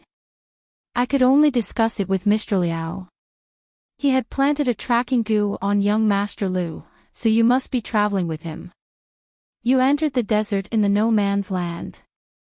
Only Mr. Liao can find out which direction you went. So I thought of going to the capital to ask your father for help. But it was a coincidence. We had just entered Dezhou's territory when we met Wang Yi and Jinghu Wei looking for you. So we made some preparations and rushed into the desert. Qin Yining nodded. She was very grateful to Liao Zhibing. She also felt a little guilty about Mrs. Liao being thrown into the desert by Si Qin. Thank you, Mr. Liao. Qin Yining thanked Liao Zhibing solemnly. Liao Zhibing quickly moved to the side, not accepting Qin Yining's bow. Alliance leader, you don't have to be so polite. Uncle Arhan was a straightforward man. Pang Zhao was also used to rolling around in the army, so he had a way of interacting with these men. At this time, they were already admiring each other. Uncle Arhan said, let's go, we will kill our way into the camp. Pang Zhao smiled and nodded. Very good. We have been in the desert for a long time, so our bones are a little loose. Brothers, let's go and exercise. Yes. The Jinghu Wei were imposing and immediately shouted. Pang Zhao jumped onto his horse and smiled as he extended his hand to Qin Yining. Qin Yining smiled and extended his hand without hesitation. Pang Shao exerted a little force, and Qin Yining jumped onto the horse's back and sat sideways in front of him. Together, they galloped towards the southeast. Wherever the horses galloped, a cloud of dust would rise from the ground. The people of the Minuo tribe were all hiding in their houses, shivering. When they peeked out from their windows and doors, they saw a group of men in black riding on horses. Every one of them looked so ferocious. Their hearts were filled with fear, and no one dared to come out. In the Minuo tribe's camp, Lu Heng stood beside a carriage with a pale face and a cotton coat draped over his shoulders. He had already secretly instructed Shigambala and Harbala to warn the tribesmen to be alert and prepare for battle. Because they did not know what had happened just now, the commoners who had gone to the square to watch the regional king's wedding actually ran back in a hubbub. They all ran home in a panic and closed their doors. They were clearly frightened. Lu Heng guessed that there might be a change in the situation. The general who was standing guard outside the Minuo tribe's camp had a grave expression on his face as he stared at the people in the camp. However, the soldiers were all young people born and raised in Xia. They did not know what had happened, nor did they know how their parents and family members were doing. Everyone looked back from time to time, their faces anxious. The people who were surrounded were all very imposing. On the other hand, the people who had surrounded them were like ants on a hot pan. At this moment, everyone heard the sound of horse hooves approaching rapidly from afar. The general was shocked and quickly ordered everyone to pay attention to their backs. Lu Heng also looked into the distance with a frown. He saw a pair of black-clad men on horseback, sweeping over like a dark cloud. They held shiny weapons in their hands that shone with a pale and frightening cold light under the afternoon sun. When he saw that the person in the lead was Pang Shao and that Pang Shao was hugging Qin Yining, Lu Heng could not help but laugh. Good, very good. Lu Heng turned around and ordered his tribesmen behind him in Tayton, prepare for battle. The black-clad men are our reinforcements. Harbala and Shigambala obeyed and immediately led their tribesmen in the direction of the Xia tribe soldiers. Pang Shao had already led his men to the front and shouted, "Your county king has already abandoned you. You're hiding. I advise you to keep your lives and go home to see if your parents and family members are still safe. You won't lose your lives here for a coward." When Lu Heng heard Pang Zhao's words, he immediately understood and changed his strategy. He shouted in Tayton, "Don't take their lives. Just intimidate them." "Yes." The tribesmen shouted in response. The two sides clashed and the Xia tribe soldiers were surrounded like dumplings. Although Jinghu Wei was tired, they were all elites who had undergone strict training. At their peak, each of them could fight against 100 enemies. Although they could not kill now, their fighting strength was still astonishing. The Minuo tribe had many people and they were all united. Moreover, they had reinforcements. Naturally, their momentum was also extraordinary. Only the Xia tribe's native soldiers, although young, had always been frogs at the bottom of a well. Not to mention their lack of martial arts, they had never seen such a scene before. They were all stunned and did not know how to react. Thus, the situation became one-sided. Soon, the general leading the army fled with his soldiers. There were a few who were more seriously injured and fell to the ground, groaning. Pang Shao did not bother to pay attention to them and led Jinghu Wei to the front of the camp and neatly dismounted from their horses.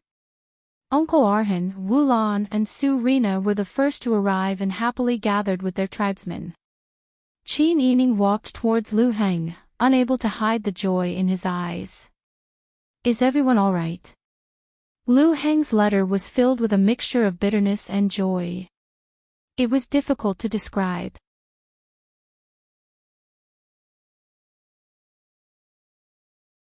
Chapter 546. However, Lu Heng still felt gratified that Pang Shao was able to come to Qin Yining. Because she did not entrust herself to the wrong person. Pang Xiao was a true man, and he was deeply in love with Qin Yining. Ordinary people might not know the inside story of the court, but Lu Heng had been in the Lu family for many years, so he was very clear about the complicated relationship between these nobles and the court.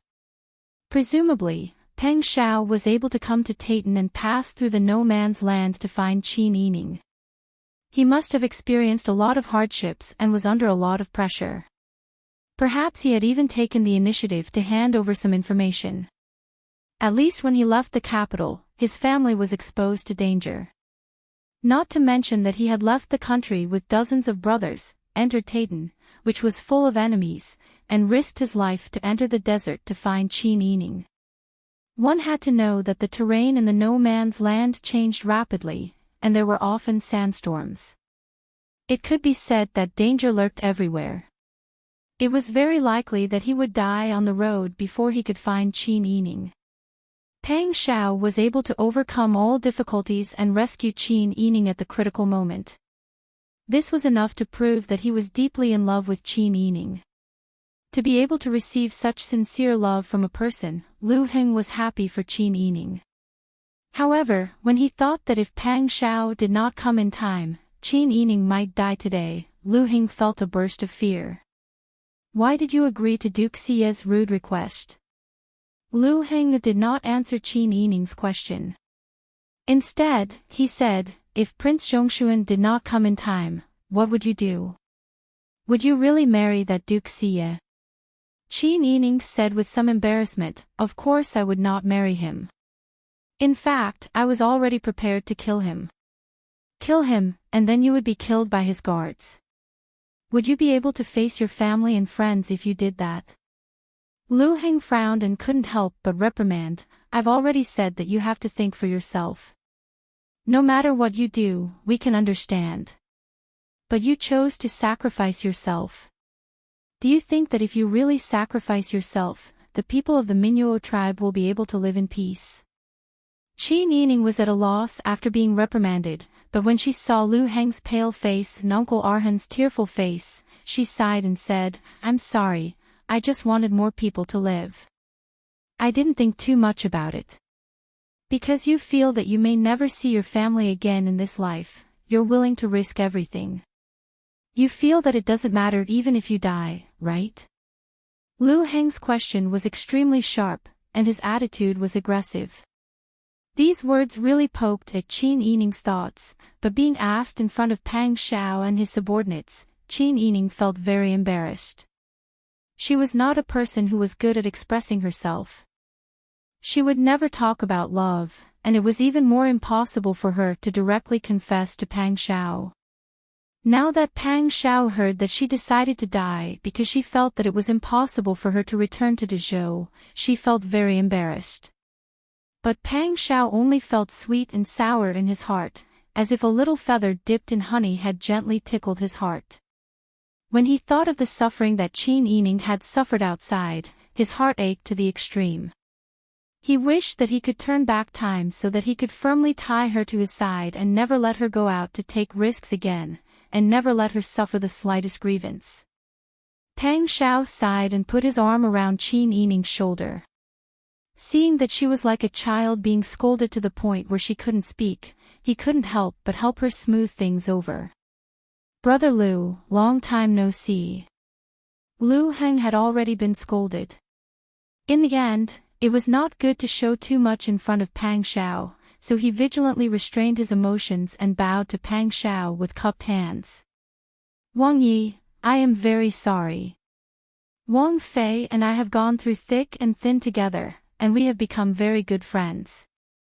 Seeing her take such a risk, I really couldn't control myself. How smart was Pang Xiao? In fact, when he brought Qin Yining to the outside of the camp, he had already seen Lu Heng's expression from afar. Based on past rumors and his observations, Pang Xiao was certain that Lu Heng was deeply in love with Qin Yining. It would be a lie to say that he wasn't jealous. But Lu Heng was so restrained. It looked like he hadn't crossed the line, and Qin Yining didn't seem to know anything. Also, he had never doubted Qin Yining's loyalty to him. As a man, there was no need to harp on this matter and deny a person's character. Lu Heng liked Qin Yining, but he restrained himself and acted rationally. This kind of person was worthy of respect. Pang Zhao's thoughts turned for a moment. He solemnly returned Lu Heng's greeting and said, "Brother Lu, you don't need to say more. I can understand. This time, my wife is safe and sound because of Brother Lu's help and protection. I will definitely repay this great kindness in the future." When the Jinghu Wei saw Pang Zhao salute Lu Heng so solemnly, they also saluted in unison and said in a voice that shook the heavens, "Thank you, Second Master Lu." Such a scene was both shocking and intimidating. Although Lu Heng's heart was sour, since he had already accepted it, he had to force himself to accept it. Lu Heng politely said to Pang Zhao, "Wang Yi, you don't have to be so polite. In the past, I didn't have a deep relationship with Wang Yi. Now, it seems that Wang Yi is an open-minded person. I deeply admire him. What I did was nothing much. We are all from Dezhou. When we encounter danger outside, it is only right for us to support each other." Pang Zhao couldn't help but secretly nod. In front of so many Jinghu Wei, Lu Heng pushed everything to the people of Dezhou supporting each other. This was for the sake of Qin Yining's reputation as a woman. Such attentiveness was truly admirable. "Brother Lu, I admire you. I can't thank you enough. I still say the same thing. I will definitely repay you in the future." Pang Zhao's eyes were sincere as he saluted again. He and Lu Heng were both smart people. They didn't need to say much to each other to understand each other's meaning. At this time, Lu Heng couldn't help but sigh with emotion at Pang Zhao's character. When faced with a love rival like him, he was actually able to think rationally. He didn't erase everything that he had done just because he had feelings for Qin Yining. With such open-mindedness and sincerity, it was no wonder that every one of the 100,000 soldiers of the Tiger Army recognized him as their master and followed him loyally. While the two of them were talking, Qin Yining had already gone to discuss with Uncle Arhin. He asked the tribesmen to help draw water. First, they let the Jinghu Wei eat, drink, and wash up. Uncle Arhin nodded and hurriedly gave the order. Soon, the camp was bustling with activity. The group of people were arranged to wash up and rest. The tribesmen of the Minuo tribe guarded the camp tightly. Pang Zhao temporarily bid farewell to Lu Heng and went with Qin Yining to the tent that was prepared for her. Lu Heng watched the two of them enter the same tent. He sighed softly and turned to instruct the tribesmen to start a fire and start cooking. Inside the tent, the tribesmen had already brought in a large basin of hot water and a large bucket of cold water. Pang Zhao didn't care. He gulped down the water first, then threw the wooden spoon away.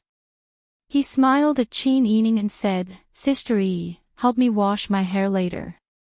I feel that there's sand all over my scalp." Qin Yining nodded. He smiled and went forward to help him take off his coat. "It's too cold. Don't catch a cold. Just give yourself a simple scrub and wash your hair." "Wash your hair first, I'll help." Before he could finish his sentence, Pang Zhao bent over and hugged him. His lips were sealed, and all the words were stuck in his throat. His tongue moved nimbly, and Qin Yining's hands gripped his lapels tightly. The familiar kiss, the familiar breath, made her cry uncontrollably. She raised her head in his strong arms, and let her tears slide down the corners of her eyes and into her hair and ears. "Don't cry. All right, don't cry." The deep kiss turned into a tender peck. Pang Zhao's eyes also reddened. He kissed away her tears one by one. "Sister Yi, I'm sorry.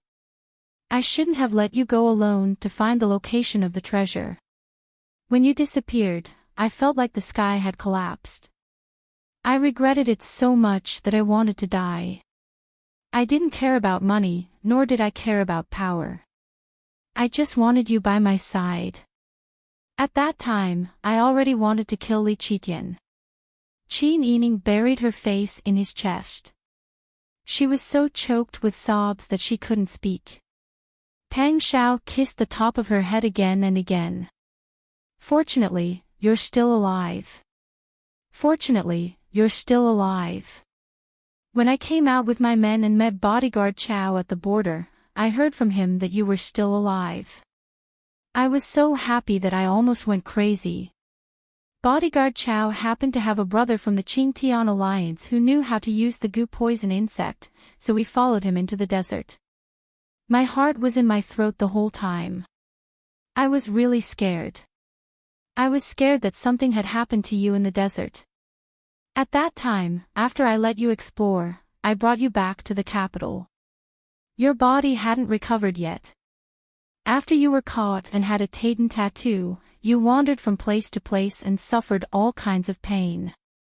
I was scared that you would get sick, scared that people would bully you. Sister Yi, I will never let you go again. Regardless of life or death, we have to be together. At the very least, we have to be together in life and death. Peng Xiao was like a drowning person hugging a piece of driftwood. He couldn't stop nagging, pouring out his feelings and thoughts during this period of time. Qin Yining stretched out her arms and tightly hugged Pang Xiao's thin waist. She nodded vigorously. Me too, me too. This time, I really thought that I would never see you again. That Duke Shiyu said that I was the goddess recorded in the holy book of Shiyu sect. He said that according to the legend in the holy book, the goddess would become his princess consort. I observed for a while and found that although Shiyu sect's oasis was nourished by the inner lake and the soil was quite fertile, there was a limited variety of plants. They fled here about 100 years ago during the northern Ji kingdom. At that time, they didn't bring enough seeds with them. Their staple food was beans, so they valued the food we brought. He forced me to marry him and arranged for troops to be stationed in the Mi Nuo tribe's camp. I was afraid that the Mi Nuo tribe's tribesmen would die because of me, so I gritted my teeth and agreed. Qin Yining looked up at Pang Xiao and said, I didn't really want to marry him. I originally wanted to kill him while he was relaxed. Pang Xiao kissed her eyes and said, you don't need to explain. I understand. At that time, he was probably holding a knife to your neck. If you didn't agree, both you and the Mi Nuo tribe's tribesmen would have been killed. Qin Yining nodded and pulled Pang Xiao to help him wash his hair and wipe his body. You're tuning into the LoveLore Library YouTube channel. We're so grateful for your support and don't forget to subscribe to join us on this incredible journey through captivating stories. Your generosity through donations truly makes a world of difference, as it's the primary source of revenue that allows me to expand and enhance this channel for you. Thank you from the bottom of my heart for being a part of this adventure.